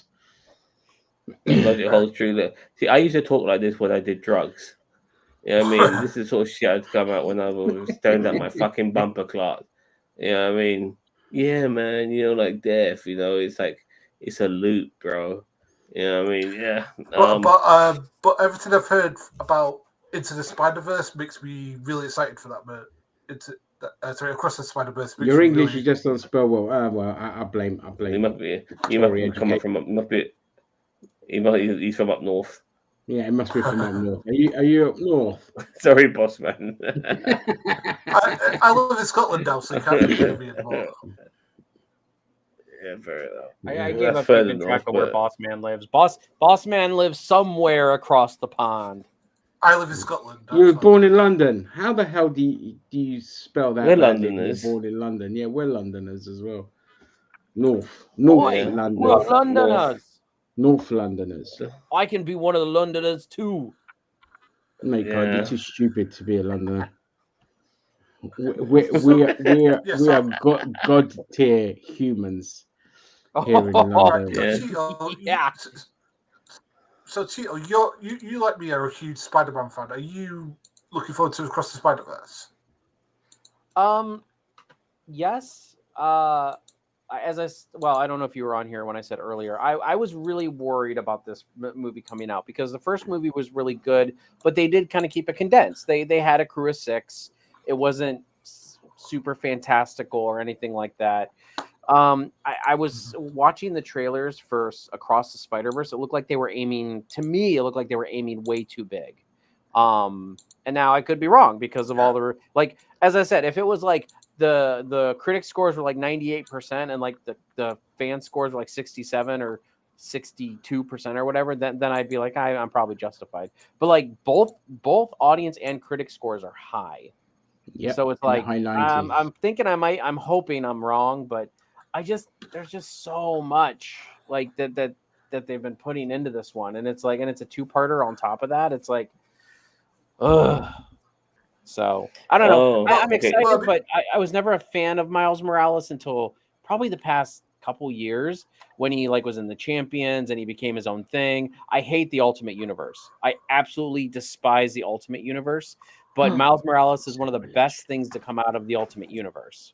I hands love the down. Ultimate Universe. I hate the Ultimate Universe so much. Ultimate X-Men was fucking fantastic. The first Oh, was 4 it? volumes. You got twincest going on, and I mean that's just come on. No, Like, that's the why? Yeah. ultimate. That's the ultimate. Game of I'm Thrones in the has Ultimate started that. Universe. So the twin says, but that's who wrote that? That was that fucking Jeff Loeb that wrote that shit. No, it was Bendis, Brian Michael Bendis, wasn't it? Hang on. Just The- come, the- as you're looking for that, some comments here. It's just a law of physics that anything can happen, will happen, if time is infinite. He's from Harrow. That's not too far from me, mate. Because the other day, this guy came up to my house at Elysion. He knocked on my door, Chinese bloke, and he goes to me, Harrow, and I go, no, Hendon. Oh, we're gonna get cancelled. No, I was right. It was Uh, Jeff Loeb. Jeff Loeb is. Oh, Jeff character Loeb. I involved. thought it was Brian He- Brian Michael he- Bendis. Maybe made the You know, Ultimate because Universe. Mark Miller wrote the first one, which was awesome. The second one, I can't remember. What did Bendis Yeah, write? Was it the Ultimates and Ultimate Spider-Man, or was it? Well, Bendis, I think I don't know if he did X-Men or if I he think he might have did, done Ultimatum. no, Jeff Loeb did that. Okay. The villain of the new one is going to be the Spot. Now he's kind of a lame Spider-Man villain. Huh? The Yeah, Spot. so. Yeah, Ah. the Spot's honestly the Spot's a good and bad villain to do. Like good was because he he's not in like Suicide Squad? No, that's He's that's not DC in the what I'm on forefront? about. No, it's Sorry. DC, mate. Yeah, sorry, I'm getting the confused. Spot's not like a main villain. Like that's why I kind of like the fact, but I think they're going too big with him. And truth be told, I think But he has a great power, though. This is he does. That's what I'm saying. You But know, I think I think they should bring him to the forefront compared to a lot of the other crap that they Spot. have, like Jack Who the O'Lantern. fuck is and all this- this shit. the He fucking was just an Spot? obscure. He was an obscure villain in the Spider-Man comics, you know. But he's gained cult status, popularity over the Or years. like Boba Fett. I Okay. like him. I like him in the Spider-Man animated series. He was kind of fun in that. You know, like Yeah, The- exactly. the- So the Sony is that where he Union. originated, or was he? from the comic? no, he was around before that. Is he a Spider-Man villain? Or is Yes. he just a Marvel villain in general? No, he's a Spider-Man villain. Are we sure about that? So that means Sony owns him, yeah? Yes. Yeah, first appearance was 1984. I mean, Yeah. to be honest with you, I'd rather like Mr. Negative or something like that. But hey, we'll take what we can take. Well, let's Wow, hope so. Spectacular let's hope Spider-Man so. '97. Okay. It was Yeah. a true story, by the way, so it's not really a joke, but it just happens to be funny. I mean, I'm saying it's a true story. You have to believe me. What is? Oh, right, right. The Chinese guy who knocked on my door. I think he was Chinese. You know what I mean? So Max showcases the DC universe. Hang on, breaking news here. To celebrate the launch of Max, the streaming service is showcasing the incredible DC universe. Viewers looking for DC's legendary characters and enduring stories can check out hundreds of hours of films and series available on Max's DC Hub. Max is the home. Max features a collection of classics and current animated series and films spanning across the different eras of the DC multiverse, including Batman the Animated Series, Static Shock, DC League of Super Pets, Batman, Gotham Knights, Justice League, New Frontiers. Even the house's youngest members enjoy their Super Friends, Batwheels, Lego, blah, blah, blah. Fans can embrace titles. So here is the stuff. Wow, fucking hell, that's a lot of stuff you can watch on Max. Very cool. There you go. So anyone who's subscribed to Max can watch a whole lot of DC stuff. I'll post that in. Again, like we've already watched. I know. You know, it's. Look, yeah, you saw that they're joke. leaning hard into the DC stuff, which is good. You know. Was it you who posted that joke about Peacock? What's that? That with like HBO Max has chopped their name in half, so they only call themselves Max. And Peacock said, "We ain't doing that." Oh, probably would have been them. Yeah, we're going to get Peacock, so we don't want to have we don't want to have a streaming service called P. It's ridiculous. No, or cock. Or cock. Fucking joke above your head. You fucking. I mean, yeah, I know. Yeah, like why do they think calling themselves Peacock was a good idea? Like when? In what universe did somebody sit down and say it's better than calling themselves NBC Plus or whatever? I don't mind Peacock, like, you know, in terms of names. It's all the pluses and extras and moo-moos and chickens and whatever. That just does my quantum tunneling is what happens to me every morning after I've eaten too much spicy food. Because like it makes you wonder how much of this stuff, how could all this come out of one person? You know what I mean? And all these sweets, by the way, just so you know, I've been eating a lot of these sugar-free sweets, which are basically laxatives, and it's turned my asshole into an aerosol can. You know what I mean? I am spraying, not shitting. I am spraying fucking crap everywhere, and I'm having to do a massive cleanup job, you know, afterwards, because when I flush it, the water doesn't get around the bowl enough because it's like, you know, it's just proper. Anyway. Welcome to NerdTube, where the level of commentary is very highbrow. All right, I'm going to be back in 1 minute. I'm just going to charge my car. I'll be back in 1 minute. Yeah, all right. Okay, so apparently, I said the word apparently, this is the rumors going down around the interwebs. Apparently, like Jonathan Majors is probably going to be out as Kang. Oh my God, Gary, you are so late to the news. I already talked about this. Okay, I talked about it last week. He's being recast. That's it. Yeah, he's going to be recast. They're looking for actors to replace him, and they might even. There's also the rumor could be that they scrap the whole Kang thing. You know, I'd like to talk about the recasting of Terrence Howard. You know, with Don Cheadle. I really feel like we need to address the subject. It's something that hasn't been addressed. And, yeah, you know. Absolutely. It's never been talked about. It's like this is what irks me as well with some people, because they're like, oh, you shouldn't recast him. How's that going to work? It's like, where have you been? How many people have been recast over the years? Listen, like, they recasted Fendrel in Thor, and like nobody noticed. Exactly. Zachary Levi like stepped in there, and nobody even cared. Nobody cared. It's like, why? People are becoming more and more fucking tribal and rigid, and less susceptible to change. And it really fucking pisses me off, because it's like, just embrace change. Stop being so rigid. You're the reason why things don't change. You don't allow language to evolve. You don't allow things to fucking naturally progress into the next stage. I mean, my fucking God. Now the whole thing about, oh, no, you can't recast him. You just have to scrap it. So, no, you recast him on point, and you do it in a way that it's just there. You don't make a whole hubbub about it. You make Jonathan Majors look as irrelevant as possible by just recasting the role and having them show up like they've done with literally everything else. If you make it a thing that Kang looks different, then you're just as dumb as the rigid idiots that don't understand the concept of recasting. I think that Boss Man's favorite actor of all time, Don Cheadle, said it right in Iron Man 2. He said, "I'm here. Let's get over it." Yeah, that's it. It's as simple as that. We don't even have to say anything. Just you just carry on as I normal mean, with and a Don new Cheadle and actor. Terrence Howard do not look similar at No. all. No, they don't. Yeah, one's a good actor, one isn't. But we'll go to that. So, No, they're both good actors, but one's a fucking moron and the other one is a legend.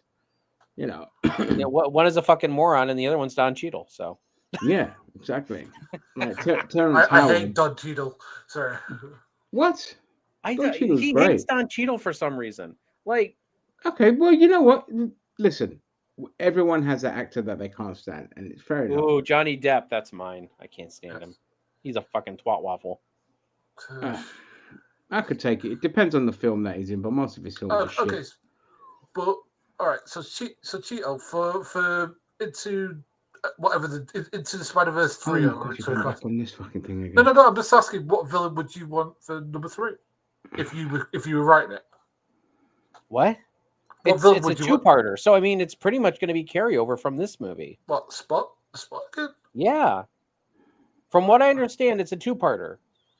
Originally, it was announced as Across the Spider-Verse Part 1 and 2, and now it's like Across the Spider-Verse, and then the next one is called Beyond the Spider-Verse or something like that. So they did an Infinity War where they announced it as Infinity War Part 1 and 2, and then they changed it to just Infinity War and then Endgame. Yeah. Okay. Yeah. So I mean, it's but I mean, it's just a continuation. I mean, for the third one, it's. I mean, I'm sure whatever they're doing with the Spot is probably going to carry over. I don't know. I mean, I kind of like the idea of like a Moreland. I do like Moreland. I just feel like he got a little convoluted in the comic books a bit. But I don't know. I mean, Yeah, I think Moreland's a good one. But they'll probably go down the route of the symbiotes. yeah. But no, there's too something many like that. symbiotes. Right? I don't want any more symbiotes. I know, but I know what they're like, But it's good that they've gone with Spot. Like I love, just go with more obscure villains. They played it safe with the first one. They had Kingpin, and that was really well done, and it was just fucking great all round. But with the moving forward, just go for more. My personal problem with humanity is 99% of the people have no idea what our current picture of the universe is and the possibility of a multiverse.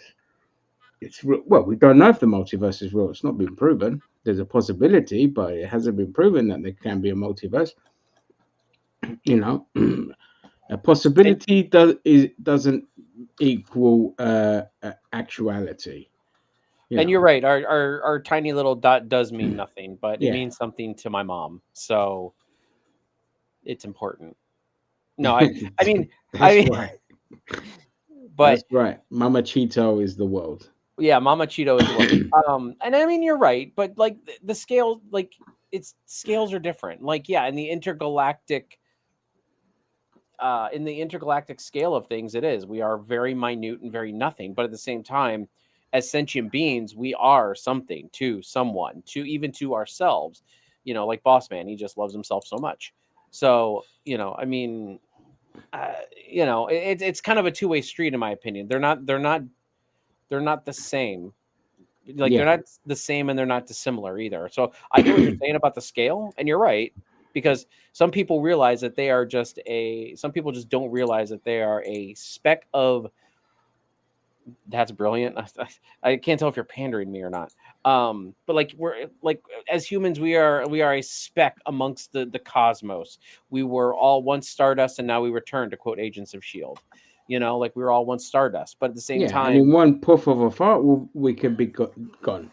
Yeah, Simple as I that. mean, we could discover tomorrow that there are aliens, and they could blow our planet up, legit. If people kind of realize how insignificant we are, you'd either get two ends of the spectrum: complete nihilism, where they just let shit collapse and they don't care, or collectivism, where we move ourselves as a collective, as a species, to progress further in the vein of Star Trek and just move beyond our planet, move beyond our stars, and just work together to, find other species and bring more kind of unity and spread like ideologies that are normal, correct ideologies of collectivism and working together, or just, just maintain ourselves as a species, because right now we're just heading for complete collapse. And in this instance, we'll wipe ourselves out within 100 years. At this rate, we'll wipe the whole fucking planet out for the profits of a few people, and it just that doesn't annoy enough people in my mind. And people getting like, when you get idiots that get upset over displays of pride and people changing their gender rather than worrying about the fucking 1% that have fucked everything up on this planet beyond recognition. I but get let's really worry angry about with that people. pride guy. Ooh. It's just like, fuck off, mate. Just You know what, pride guy? Get off your soapbox. We don't want to hear your nonsense around here. quiet, or I'll turn you all gay. Yeah. Well, look, I want to quickly go whilst I was doing my thing. I heard you guys talk about recasting and stuff. The one significant one you guys always forget, that's Harrison Ford playing Thunderbolt Ross. I mean, that's a dumb decision.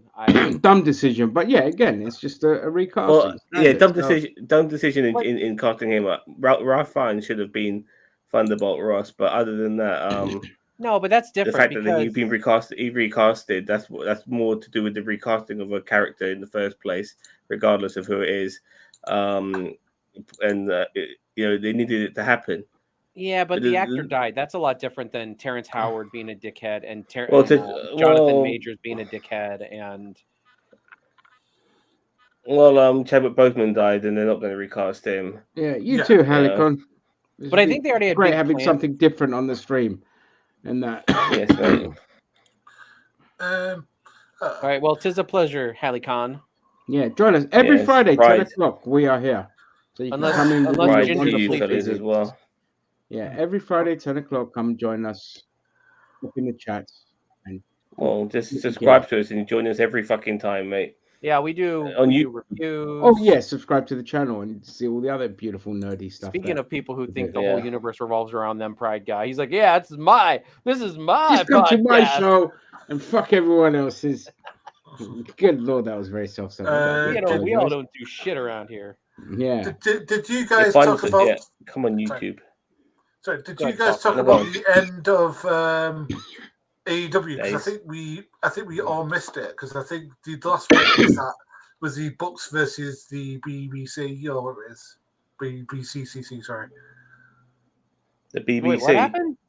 No, I didn't talk about AEW at all. I haven't No, talked about any wrestling.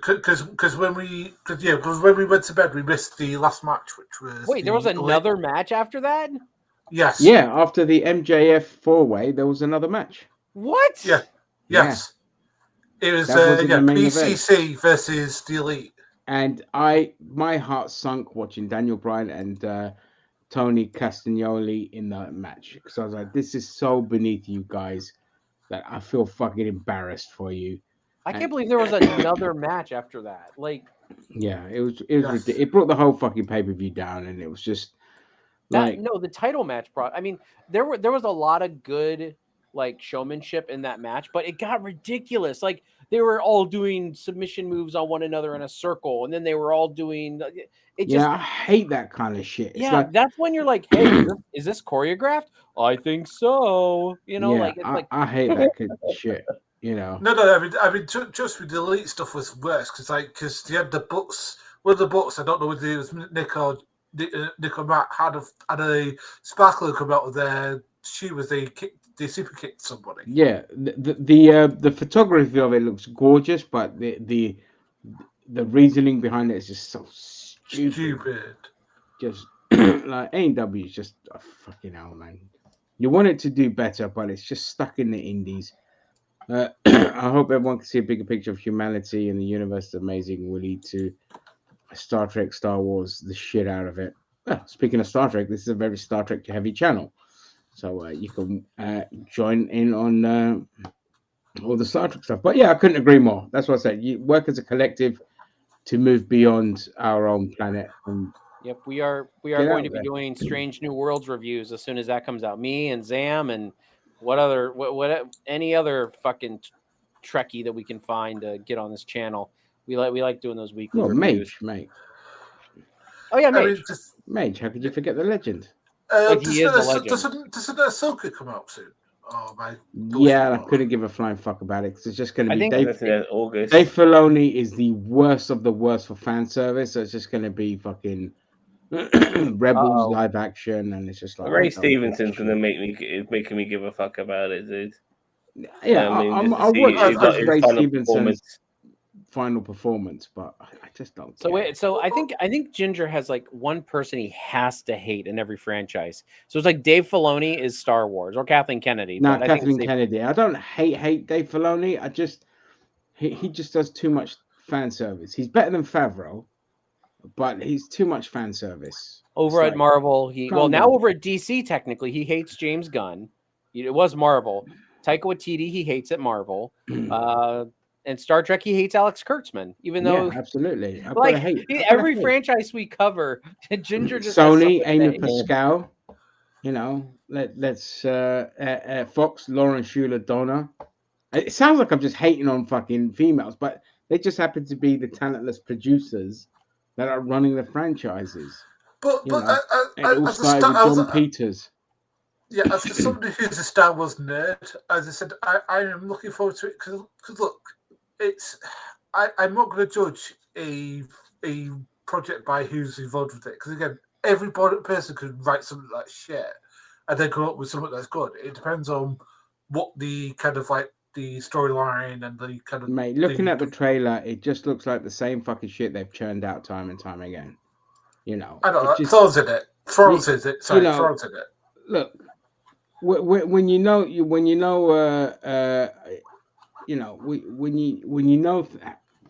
know enough about shit and you can tell what it's going to be like from a fucking trailer. When you get proven wrong, it's just a bonus because you're like, oh, this is great. I get something to enjoy now, and I was proven wrong. But you know, we saw from Andor, we all knew, holy shit, this is going to be fucking amazing, and we thought Mandalorian would be like, oh, we're going to get to explore more of the Mandalorian world, and it was just like, oh well, that was the biggest pile of shit. And I'm looking at Ahsoka, I'm just like, all right, it's just Rebels fan service, and it's just going to be fan service. It's just like, okay, great. Do I need it? No. I want something different. And then Acolyte, and you see the people that are fucking producing and directing that, and you're just like, oh, fuck this. That's just going to be another Kenobi. So that's what I was saying earlier. Me and my brother just not got complete fatigue for Star Wars and just no love for it anymore. And Marvel's heading that way as well. It's just like, I'm just not going to watch copy and paste. But I think it's because they don't get enough diverse voices into the creative. They just have the same. Don't bring your diversity in here. It's nothing to do with the diversity, mate. What they don't bring is they don't bring in. They don't allow people to have their identity and their own creativity. I mean, the prime example, Deborah Chow, who when it did Kenobi, had Kathleen Kennedy came in and completely shit on her project. And this is why Kenobi was such a disaster. You know, you watch her interviews because I liked her episodes of the first Mandalorian series. They were the best ones. So I was very excited to see what she'd do with Kenobi. But what we got was just producer studio interference again. It's just like, that's what we need to stop. Stop letting the fucking accountants interfere in the artist. This is the issue. Like, you just need producers to go and get shit done and keep the books on budget. They should have no creative input unless, like we said with Feige and all of that, they've grown up in that world or they have a creative background. If they don't have a creative background, shut the fuck up. And with Kennedy, for example, if you don't even know anything about the fucking franchise, you shouldn't be running it. You know, you've got to watch her old interviews with George Lucas and all this kind of stuff. And Lucas was like, he's jabbing at her, like, you know, little sly jabs about not knowing fuck all about it. And she just didn't give a shit. She doesn't care. She's good money for her. But I disagree, though, because again, you don't have to know something about a franchise to be good at it. The premium example I have of this is, I know that you guys don't like this movie as much as I do, but like Rafa Khan, the guy who produced that, had never seen a single episode. I'm not a part of that. I like Everyone Rafa likes Khan. Rafa Khan. No, but I know you guys don't like. I think it's the best Trek movie. I know you guys don't necessarily agree with that, but like, What are you talking about, man? Are you talking about the Kurtzman universe or the original Rafa Khan? Rafa Khan. I'm talking about Rafa Khan. Star Trek 2. Who the fuck doesn't like that film? What is wrong with you? Everyone likes that fucking film. It's like the best Star Trek film. Well, I disagree with that, but nobody cares what you think. But I Star know. Trek 2. I don't think it's about the best. But, if you're talking about the original Star Trek films, the second one is the most beloved film among the fans. Right. All right. So I have no idea where you build this universe of this contrarianism that you've just made up. I'm saying that there are people who don't. I'm just saying there are people who don't. They're too few and far between for you to make a statement like that. Anyway, it's getting away from my point. My point was the guy who produced it had never seen a single episode of the original series. So what he did... J.J. Abrams. No, it wasn't J.J. Abrams. It was someone else. Oh, sorry. I'm thinking Kelvin. My bad. Yeah. So he'd never seen a single episode. Yeah, Rafa Khan, yeah. The guy who produced Rafa Khan had never seen a single episode. So what he did is he went and watched the original series, all of it, to try and get up to speed of what he was doing. And actually he he kept his hands off as much as he could. I mean the thing is... Oh my God, Gary, Jesus fucking Christ. You've just contradicted everything there. This is why I get frustrated, all right? He kept as hands off as he possibly could. That is what a producer should be doing. And then the producer went off and learned about the product that he was producing. Unlike other producers who know nothing and don't care about the product and don't look into the history of the product. Or are so egomaniacal that they can't keep their hands off a product. So my point still stands. For God's sake. Understand nuance, man. Understand, when you're coming into things, think before you speak. Like, I'm sorry, I know I'm coming down hard on you, but it gets frustrating because what you do is you think you're coming from this, like, mega level of greatness, but you end up proving everyone's point. I'm not thinking that at all. What I'm trying to say is that if somebody knows that they're coming into something they don't know, they could educate themselves. That's the point I'm trying to get out of this. I'm not trying to be into big. The second point was the better point of they stayed away. They were hands off. They learned about the product, but they kept away and let the artist do their job, which is what should happen. But that doesn't happen, and you're going right back into the 80s, which was definitely different kettle of fish. But from the 90s onwards, it became more and more. The producers took more and more of a central role in interfering with creativity. Great. And this is why Hollywood has gone to shit, because the artists are no longer allowed to be artists. They've been dictated to by glorified accountants who got the job because they know somebody or they're the kid of somebody. And this is my issue. And that's why I have no love for producers.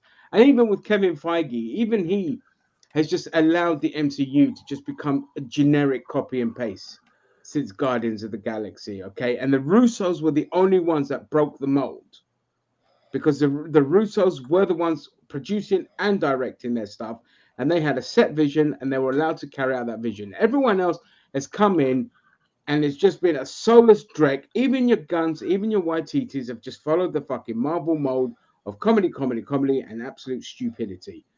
And so even the best of them just fall into that trap. And you should just take a step back and just be like, okay, is this good? Fine, go make it. Don't be like, this needs to have this, and this in there. You need this, you need this, you need this. And it's just like, well, it's just the same as everything else. It's like, yeah, but that's what works. It's like, well, what's the fucking point if you're just doing the same? And these are the consequences we're facing. People have had enough. When you've got TV shows that are infinitely better than the movies that are being churned out, then the movies just become irrelevant. Because I'll go happily watch like a Game of Thrones or whatever, and just be like, you'll never make a film as good as this, for example, or The Boys, and I'll be like, they'll never make a superhero film as good as this, or that's and this is the thing, and so rather than compete with those shows, Hollywood is just churning out generic crap, and it's not learning its lesson. And that's why there's fewer and fewer ways to expand, and you're just boxing yourself into now superhero films, and the next thing is going to be game films.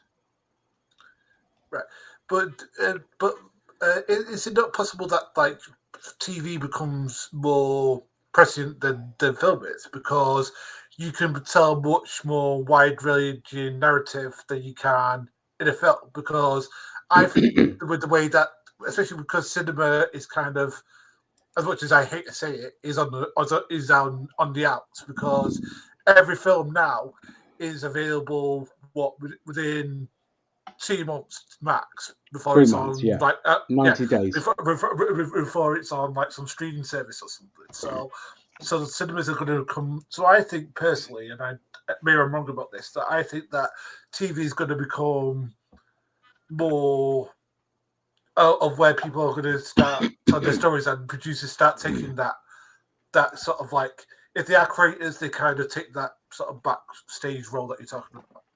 Well, look, I mean, the cinema is going to. It's not. I mean, it's going to be an industry that dies out for sure, because you're just going to be putting it on your streaming platforms and all this kind of shit, and maybe charge people to watch it through there. But it doesn't help when the studios keep putting up the bloody prices of the tickets. Like I was saying earlier, like as much as I love that Spider-Man Miles Morales is looking great and gonna do well and all this kind of shit, I'm not gonna fork out 16 quid to go watch a fucking film. And it annoys me because up north or outside of London, ticket prices are ridiculously cheap. And then you have like companies now like Cineworld and all of that are going out of business. Obviously, the pandemic killed them off, but then they come back, and then fucking Disney just jacks up their prices to watch a film, and the days where I could get the cheap £7 tickets at the Odeon, I'm fucking working, so I can't get those cheap days anymore. And so now you just have a situation where it's just fucking the industry itself that relies on the cinemas for its box office takings are going to price themselves out of the market, because 1, people are broke. 2, you could just wait 3 months and they'll watch it on the streaming service. Like I waited for John Wick 4. I didn't I didn't watch it like the cam copy and all this kind of shit. I just waited for it to be on a streaming service, or because it's just ultimately it's 1, it's cheaper, and 2, watch it in the comfort of my own house. So yeah, you're absolutely right. I think that the future of films is going to be, it's very interesting to see what happens. Where the death knell comes from, would it be because they price themselves out of the market, or because people just can't be asked to go? I think it'll be the former, the prices, because people do like going to the cinema still. You can tell with certain films that make crazy money, but they're not going to see as many films and different variety of films anymore because the prices are too high. Yeah, I mean, like, because like, I mean, this is the thing that I just don't get, is like, why don't we just like certain times of the day or certain times of the week just say, right, for like, if let's say, for example, you're like maybe not just a bit hard up for money, so if you're like seniors, or like you're maybe like unemployment, like certain times of the week where most people are going to be working, you have it like where it's like one price, with like maybe it's a £5 ticket, something like that, and you can get like a small bag of popcorn, small drink. And maybe like that, because I reckon a lot of people who maybe aren't really eating that well, that could be like a decent meal for them for the day. Like, Well, I'm not against that, but it all falls down, like Odeon does that where it has its £7 tickets, and I think that's fucking fantastic. Unfortunately for now, I can't get to those on the days because I'm working, but having that is a great help, because that's how me and Zam went and watched Black Panther. Like at £7 a ticket, I'd watch way more films at the cinema. I'd watch 3, 4, 5 films like a month rather than 1 or 2 films a year. Because I don't want to pay £16 to that- go watch a film. That Yes, sir. reminds me, I'm happy to sort you out, but get a couple of tickets for Indiana Jones 5 When's it come out? this month. Oh, I'll I'll have a look. I'll have a look for you. I'll have a look for you. Yeah. That's it. And See Ginger, what we it need goes. video. We need video of when Zam starts sobbing like a little bitch when Indiana shows up, and he's like, "Get off my lawn!" Zam's gonna be like, "Indiana So many Jones, damn black oh, people here now. oh, 30th of June. 30th of June. All right. There's also The Flash as well if you want to do both of those. You know what I I'm not mean? watching The Flash. Oh, yeah, I forgot. Yeah, fair enough. I'm not fucking giving. I don't know. them money. I'm probably gonna go see watching it like it. one of the adjacent weekends. I don't want to kind of contribute to, I don't want to contribute to the opening weekend box office success or whatever. So, Well, I mean, yeah, Well, I just- I'm definitely gonna watch it. You know, I'm separating myself now from like it seems that like there's a celebrity scandal all the fucking time now. So I'm just separating myself from the work, from the artist, and all of that shit. Just seeing it for what it is. I'll only go and Yeah, I watch. mean- I don't give a fuck about Indiana Jones, but I'll only go and watch it because you want to watch it. I thought, okay, Thank fuck you. it, Aw, it might be a laugh. that's true friendship right there. You Yeah, better give him a absolutely. nice handy, Zam. I'll give him a handy when the film's over. Don't worry. Or Yeah, during the so- film. Oh, definitely. Dun, dun, dun, For sure. dun, dun, dun, dun. But look, I'll be honest with you. I am expecting it to be shit, but so be reviews it. ain't You been know, good. Yeah, the But you're Yeah, still gonna so bawl be your it. eyes out like a little bitch. You know you are. Yeah, I'm gonna go out on a limb and just say that they fucking Mary Sue the shit out of his goddaughter or whatever. It's just gonna be like, well, oh, okay. for me, like James Marigold, like he's been like the new Mangold. Sorry, he's like been the new kid on the block who's been making good stuff after good stuff. Well, finally, he's got himself a dad. Yeah, it happened Because to the of best of directors. producer interference at Lucasfilms. What did they think was gonna happen? You Yeah, know? your I just friend, thought that- your I friend, thought- your, my, your my friend, friend, again. yeah, my friend again is involved. So Yeah, I just thought expected someone like to be Harry- as stupid as Star Wars. I just thought someone like Harrison Ford, who has so much clout, would What did you not be see able to Kingdom stand of up the to- Crystal Skull? You think he'd have clout even Yeah. amongst, you know? He probably Yeah, but- loved but that back fucking then- movie. He probably loved it. but back no, I hated Kingdom of the Crystal Skull. No, not you. I'm Um, talking about Harrison Ford. He's like, this is going to be the revitalization of Indiana No, but- Jones. at that time, you also had Spielberg and Lucas involved, so you know, and them three have always been like quite close and quite tight. And now with them two out of the picture, I just thought that the man to know anything about Indiana Jones, who's played him for 5 times actually. So this will be his 6th time because he played him in the Indiana Jones, young Indiana Jones Yeah, he showed up in the movie series. once. Well, at the end. Yeah, so this will be his 6th time playing him. Would be Harrison Ford. So yeah, I thought he would I'm have not- some clout. Yeah. There are some actors who when they're on set, they have a lot more power than certain people give them credit Yeah, for. but if like you read, Tom Cruise if you, being one of yeah, them. I agree. But if you look Yeah. at the reviews, you're just like, nope, it just reeks of Kennedy's interference. That's Oh, yeah. bollocks. Yeah, but we'll go watch it. I'll have a look at tickets if I can. If I'm not working, we can do Yeah, it. whatever day you can do it, dude. Yeah. That's what Like, matters. we can't do time. We can't do aliens this time. Everybody hated that. What are we gonna do? Let's do time travel. Yeah. The Yeah. dial of destiny. They'll never see it coming. All right. Well, on that note, guys, I'm going to end the stream there. And thank you all for joining us in your different time zones that you came in. Thank you to everyone in the chat. Yep, and just keep an eye out for other stuff that we have in the pipeline. It's the summer season's fastly approaching, so there's going to be films and TV shows galore to talk about. And on that note, we bid you all adieu. Bye.